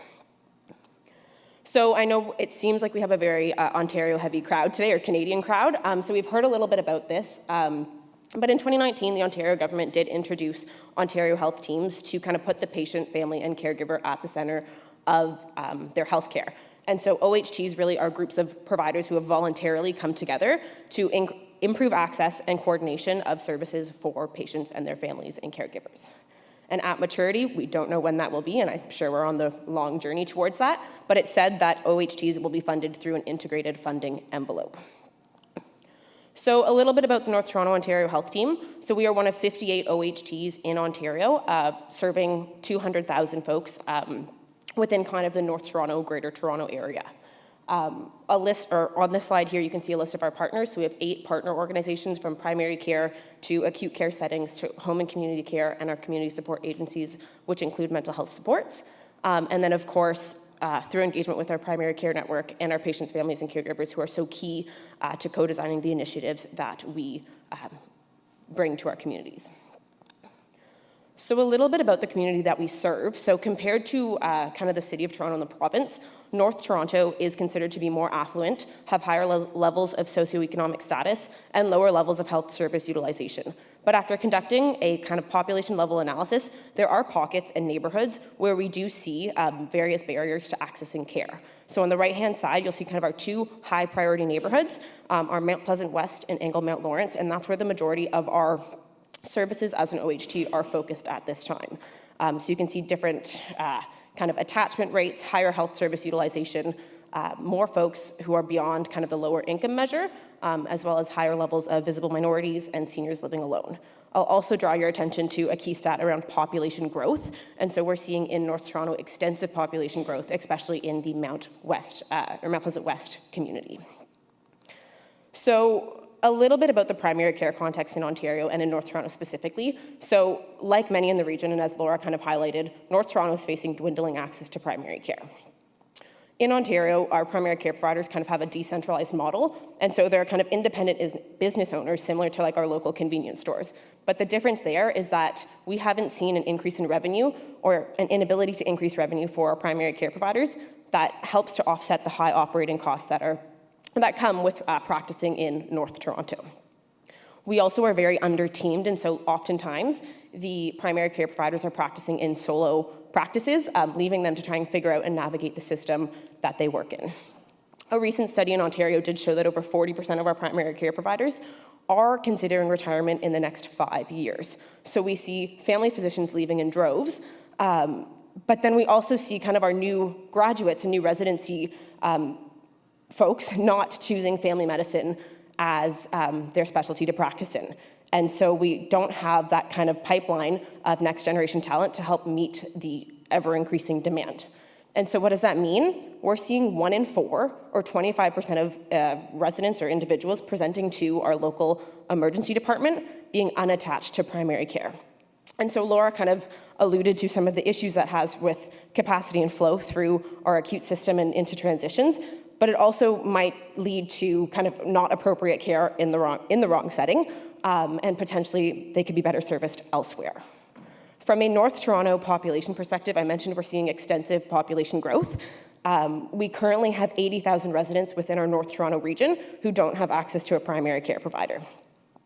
Also previously mentioned, we are significantly under-teamed, so patients aren't receiving kind of that interdisciplinary care compared to the rest of Toronto. So we are at 7%, and Toronto is at 22%. With family physicians' offices kind of being knocked down for the replacement of condominiums to support population growth, we're really in kind of a capacity crunch where we see ever-decreasing supply of primary care providers and an ever-increasing population. And so through some data analysis that we did, it was determined that we need 62 full-time equivalent primary care providers to help support the primary care demand that we are seeing. That number is shocking to us, but not surprising. And it's kind of what we heard as well with our community engagement that we've done. So North Toronto has a plan, and our OHG has a plan, and so I'm going to pass it over to Susan now to walk you through our approach to ensuring that patients have access to primary care. Thank you so much, Holly. This crisis is actually in our national newspaper today, so it's very, very topical. So our North Toronto OHT has a strategy to support our local patients and our population, and it is our aim to deliver team-based care to all our residents soon. We have 3 prongs to our approach, and you've just heard from Jocelyn and Naomi about one prong, which is the neighbourhood care team. We also have a small spoke delivering interprofessional care services to a small number of primary care practices. But what I wanted to share with you now is about our health hubs, which we are planning to deliver attach 20,000 patients to primary care, team-based primary care in the next couple of years. The hub will house team-based primary care, and it'll decrease the costs and incent new family doctors to join these high-needs areas. The hub will be a collaborative community model of care. It'll be locally co-designed with the neighbourhoods, and it'll serve the unattached and the complex patients in those local high-needs areas. It will be a one-stop shop and a no-wrong-door approach. The team members will vary based on the local needs of each neighbourhood, and we will have community ambassadors, social workers, nurses, physios, as I said, depending on local needs. To address the retention challenge that Holly has beautifully described, we will have developed collaborations and affiliations with the local family doctors in the surrounding areas, and through that we will be creating stronger community connections. And those family doctors' practices, currently 7% of patients only being able to access team-based care at the moment, those family doctors' practices will be able to access team-based care at the hub while maintaining the care of their patients themselves. The family doctors will also be able to access back office supports, which are a huge benefit to our family doctors with digital supports, because the burden of running a practice is huge in Ontario at the moment. At the moment, we have a very robust working plan in motion to deliver these health hubs, and we have 4 work streams, as you can see here on the diagram. The first is the vision and advocacy stream, and as I said, this was in the paper today, so our advocacy efforts to bring our needs to all levels of government are coming through. The public is understanding what we're doing, and we're bringing this strategic clarity that was mentioned earlier in the conference. We are working on the care model and operations of the hubs, and the focus will be oversight of the business model. This will be a new business model. At the moment, we don't have a funding model for team-based care in Ontario, which we so badly need. So we need to bring this new model to our donors and potential funders so we can support team-based care. The focus of the care model will be the development of this business model, as I mentioned. We have looked carefully and in detail into our space requirements. We believe we need 15,000 square feet for each of the hubs. And we have been looking at various sites and discussing with developers, and we've done site visits to other health hubs in Ontario, which are slightly different in their models, but we have looked at their architecture and makeup. For the care model and operations, I should have said each hub the running costs will be between 3 and 7 million annually for each hub, we estimate.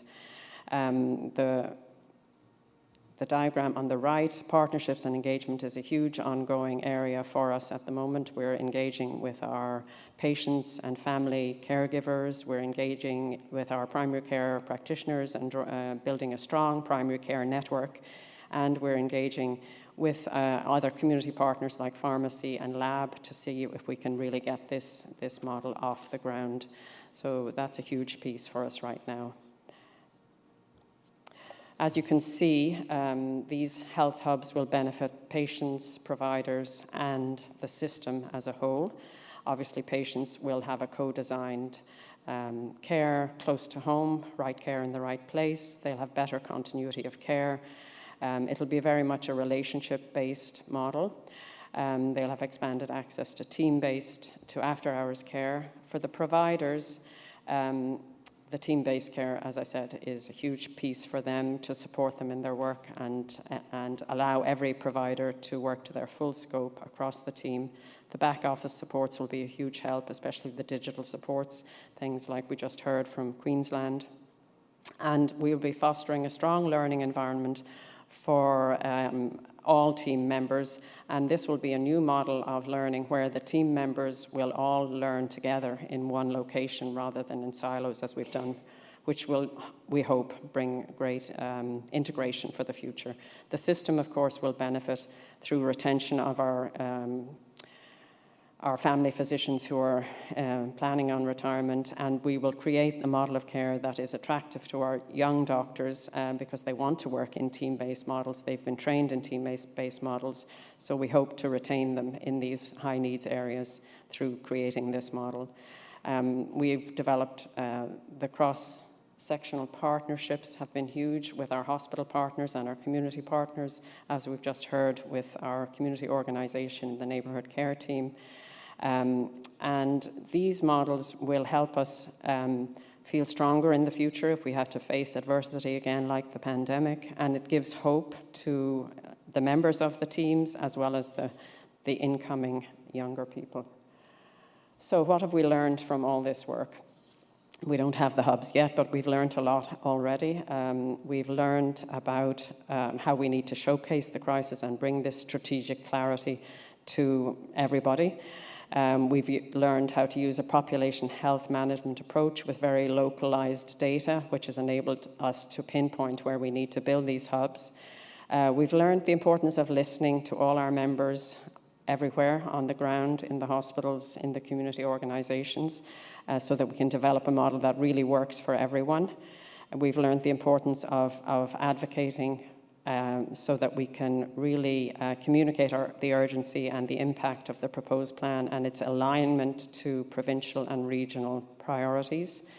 Collaborating, of course, is key to all of this, and the strength of our partnerships has been growing all the time, and this augurs well for future planning, spreading and scaling of this model. We've also learned that it's really just important to get going, to just start with a minimally viable option so that we can really address the root causes of our current challenge and journey on and make better access for all our patients. So thank you for listening today. Are there any questions? Do we have a few minutes? Yes, thank you. I think we have time for two questions, maybe.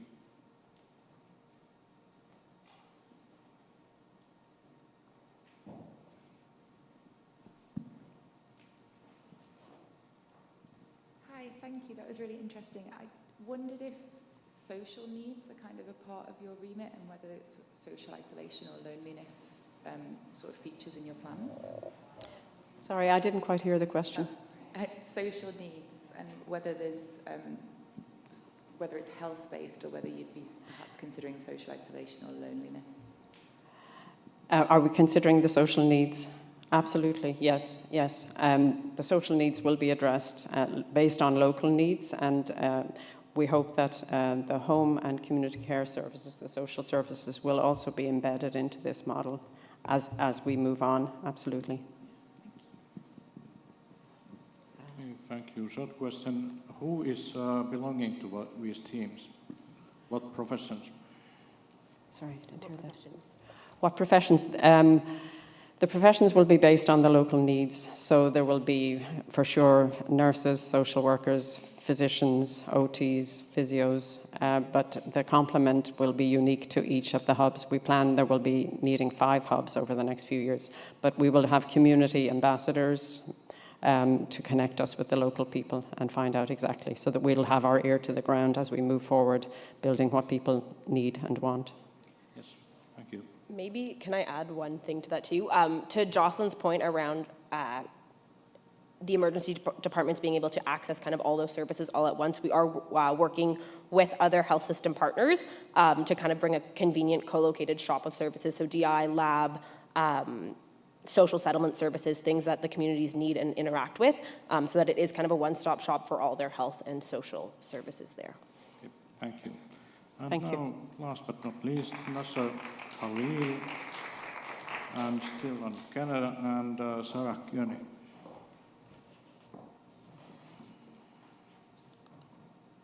Yeah, let's go back. So good afternoon, everyone, and I know we are the last ones.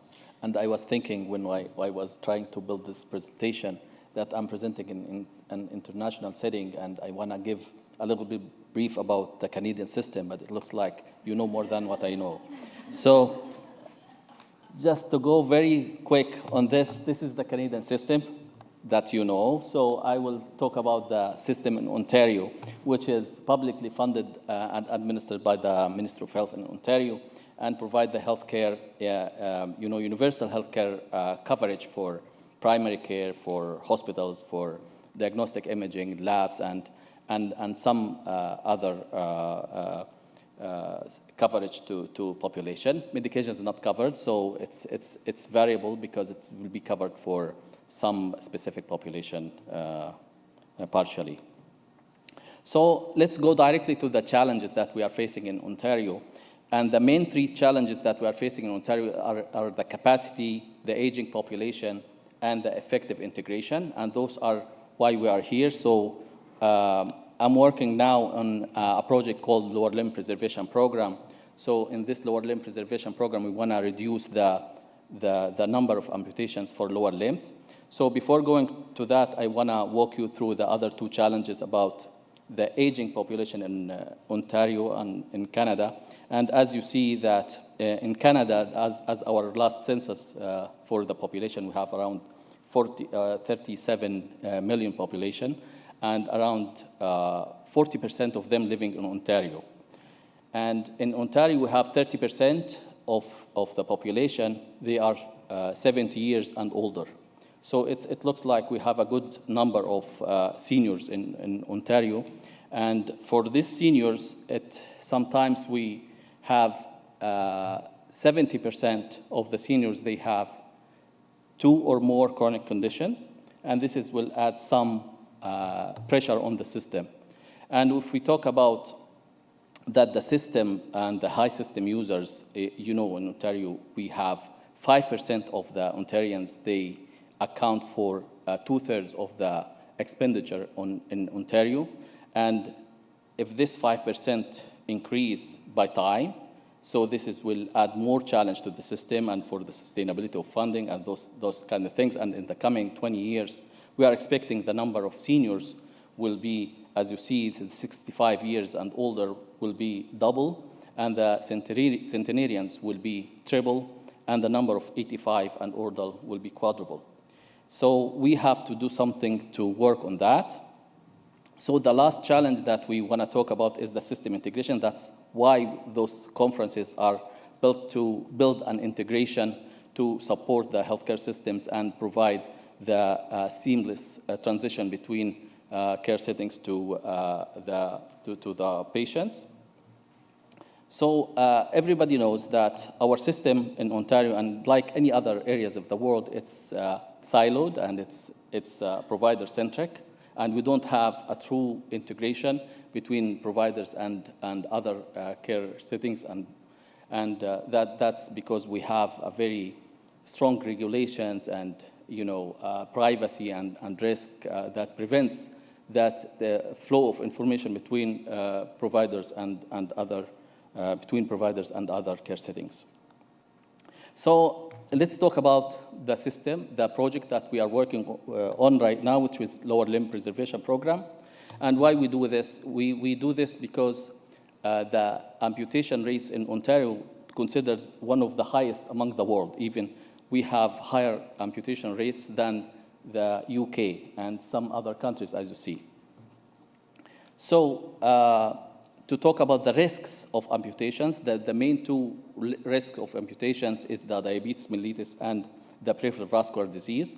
And we have 1.5 million people, they have diabetes in Ontario. This is more than 10% of the population. And also we have 15 to 20% of the people who age 70 years and older, they have risk of developing peripheral vascular disease.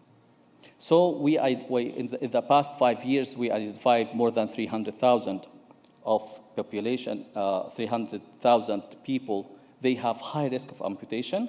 And we do currently 1,200 major amputations in Ontario, which with a cost of 70,000 per amputation. So we think that effective integration and effective screening and identifying those patients at risk of amputation will improve those rates moving forward.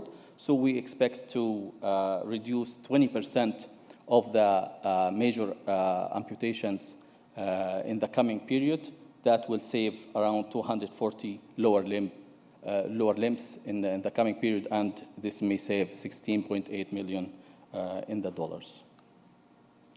So our scope, so we aim to reduce the amputations, and we want to, based on our values, to work with the population that they need more focus on that. So we approach this project with an equity lens. So the patient population that we are working with is the people who are deprived from housing, and the people who are identified as indigenous groups, and the people who face barriers to care, so those unattached to primary care, or they have some challenges with attaching to primary care. So the objectives is to build an integrated care pathway and to implement an integration tool, which we use it as there is an application called SWIFT we use within this project, that we use it as a wound management application that people can take photos for the wound, it determine the wound progress, to determine the dimension of the wound, the depth, how the wound is progressing, and this can be accessible through different providers within the region. So those are the lists of the regional partners that we are work with them to integrate them through the SWIFT application, through the program. And also just a little bit about SWIFT. It's just an application that you can download in your mobile.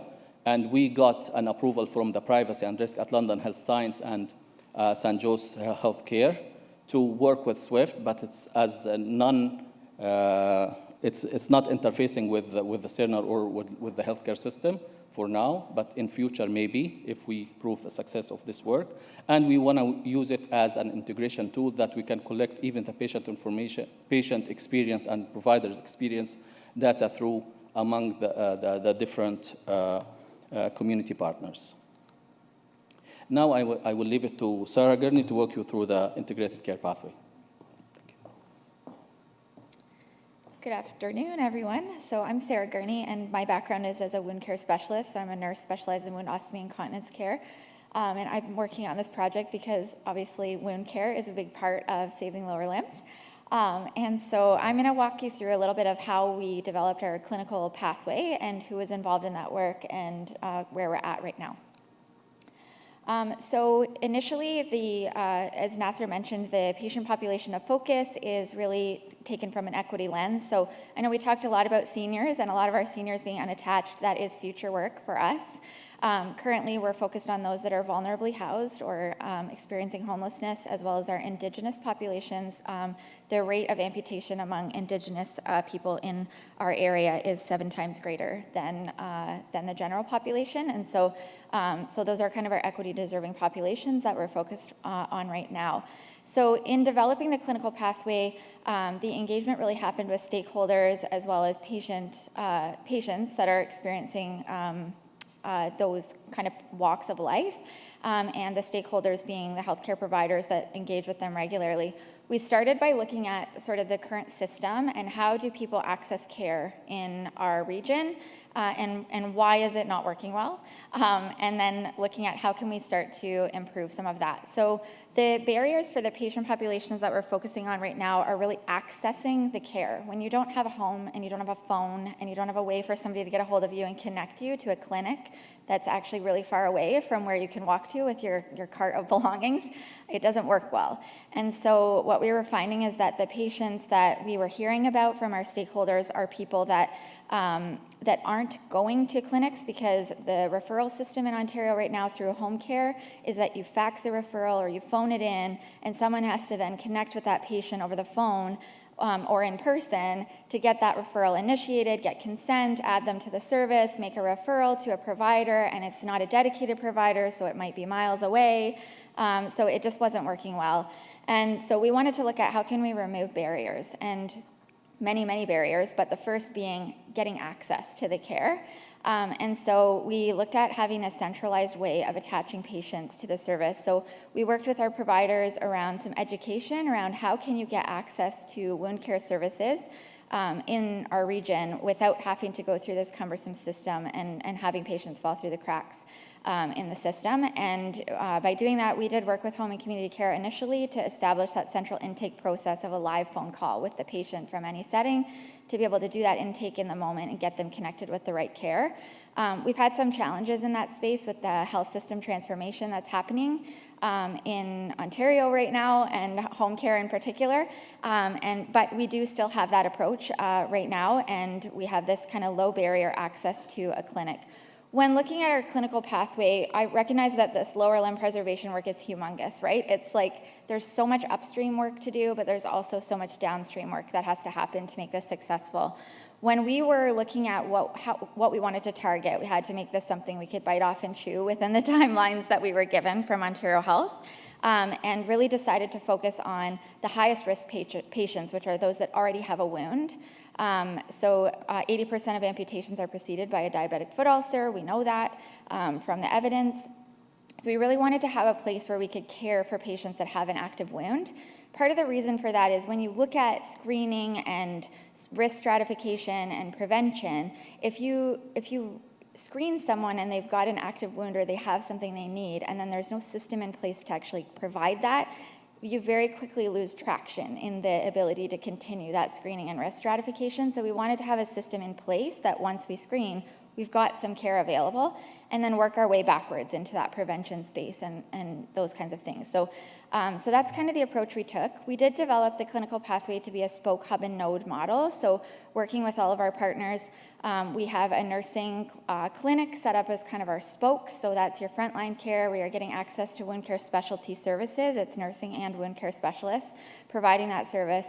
The hub is a primary care network, so primary care diabetes support program through St. Joe's, which is one of our acute care settings.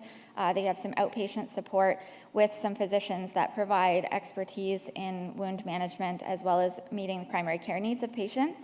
And then the node is our acute care centers where we know we need access to vascular support, orthopedics, and those kinds of specialty services for patients to try to prevent amputations, as well as kind of manage if there is the need for those minor amputations, and hopefully not, but major amputations as well. So it was just a collaborative approach with all of those stakeholders at the table, coming together and working through that process of developing the flow for the patient from beginning through to the end of the journey.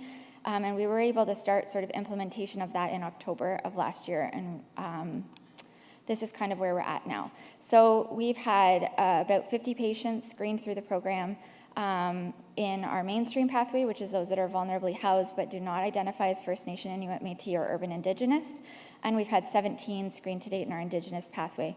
Our Indigenous work is largely supported by our Indigenous community, so we're there to support that initiative, but really it's designed by them and implemented by them in the way that is culturally appropriate for them. And we have provided education to 28 different sites for that identification of patients, so finding the patients that need to be referred into the services. I naively believed at the beginning that this would be the emergency department. I thought, well, everybody goes to emerge when they have a wound, right? But for this patient population we're looking at, that's really not true. Many of them only go there as a last resort. They don't trust the system. They're not seeking care in that setting. So we've had to kind of seek out where are the places that we can engage with and work with. Our goal is really to bring the care to the patients rather than having the patients come to us. So we're working with our partners around where can we deliver that wound care. And we do have the Canadian Mental Health Association as well as some other shelters and different things engaging with us to provide a space right now where we can deliver the care to the patients in a safe way. Yeah, is there anything? One thing I want to say about the people that have been served to date, the 50 patients particularly, is just that when we look at very early metrics around this, the one significant thing is that all of these patients have not been receiving care effectively through the traditional system. So it's pretty exciting to see that we've been able to reduce the barriers in getting patients access to care that they can then follow through on. They were patients that had either received a referral to home and community care and then no one was able to get a hold of them, so their file was closed and no one followed up and they continued to have wounds. Or they were patients that had been referred and they got a hold of them, got them connected to a clinic, but they couldn't access it routinely and regularly within the system, so they weren't receiving adequate care. So just, I think this is kind of the last piece, is really just to wrap up around what have been our wins, our challenges, and our lessons learned in this process. It has been a bit of an uphill battle through the last year in trying to design and implement this. Lots of challenges with particularly the system transformation that's happening in Ontario right now within the healthcare system. The home and community care is really a big partner in this work. A lot of wound care happens in the community setting. And with the system transformation that's happening, there's been very limited ability to make local changes to the way services are delivered. So it's a fee-for-service model in Ontario within home and community care.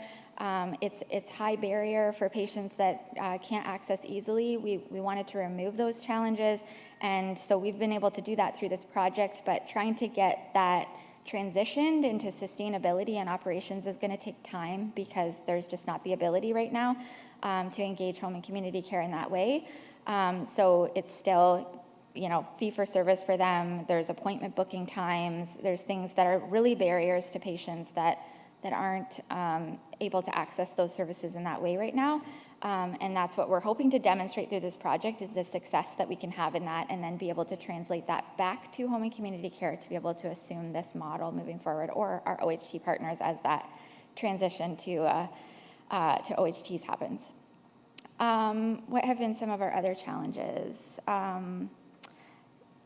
Yeah, the home and community care transition. And then some of our wins so far have really been that we've designed this integrated care pathway, we've engaged with patients and stakeholders and been able to really develop an entire model that goes right from identification of patient through to acute care and back again, wrapped around with that digital application that Nasser was sharing that's really AI enabled, and we take pictures of wounds and we measure, et cetera. And then that communication follows the patient to whatever setting they go to, so everybody can see what's happening and provide input into that. We do now have a dedicated provider, home care provider with expertise in wound management and access to the primary care diabetes support program, again, with physicians and nurse practitioners supporting us from a primary care perspective that have that added expertise in wound care. We're learning that technology plays an important role in improving our healthcare system and integration. And that it's important that we stick to our core values of equity, even though it might be harder and take longer. So that's been one of our big challenges, is that this is a very vulnerable group, and it does take longer to engage in the work that we're trying to do, even though we have tight timelines. And so we're just kind of staying the course with that, and recognizing that we might have to adjust our thinking around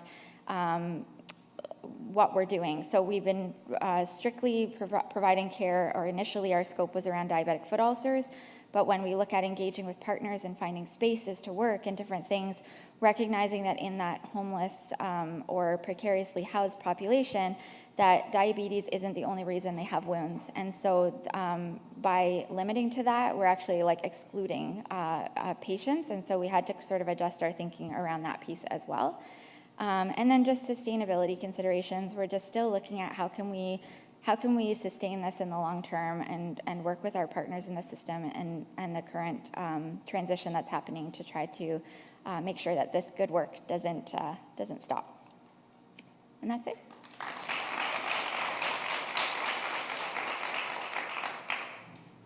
Thank you.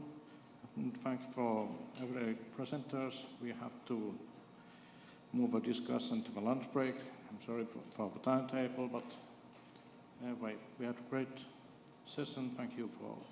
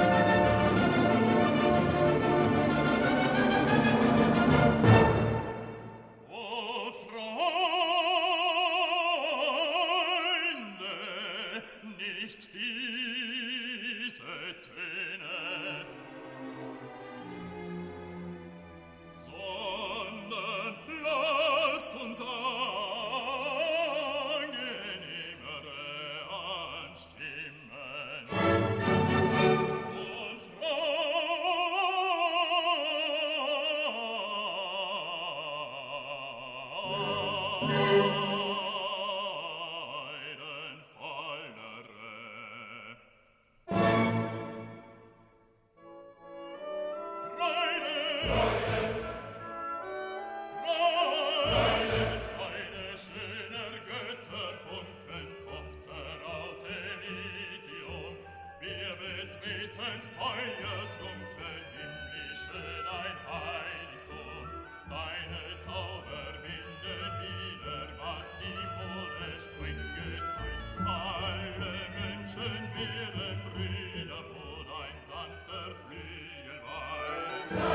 Zauber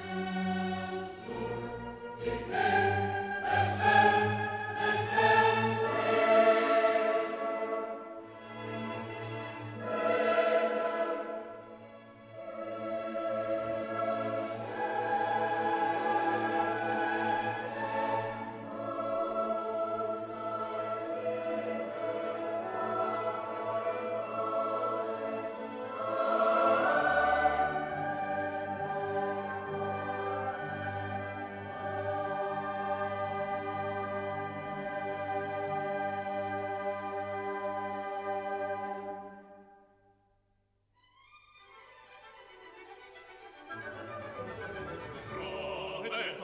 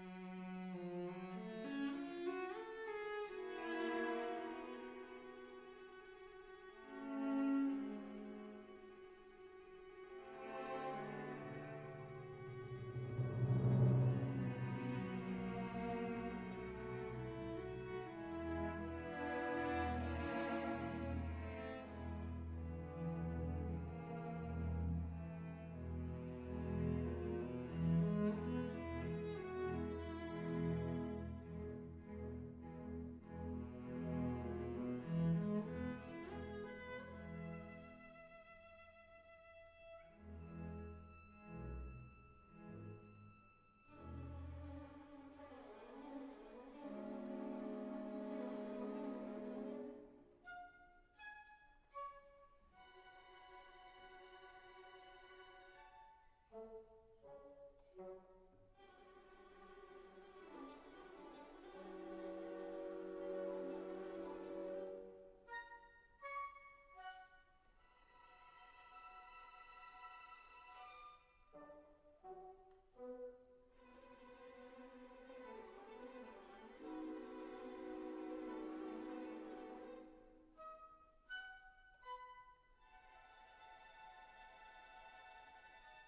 you.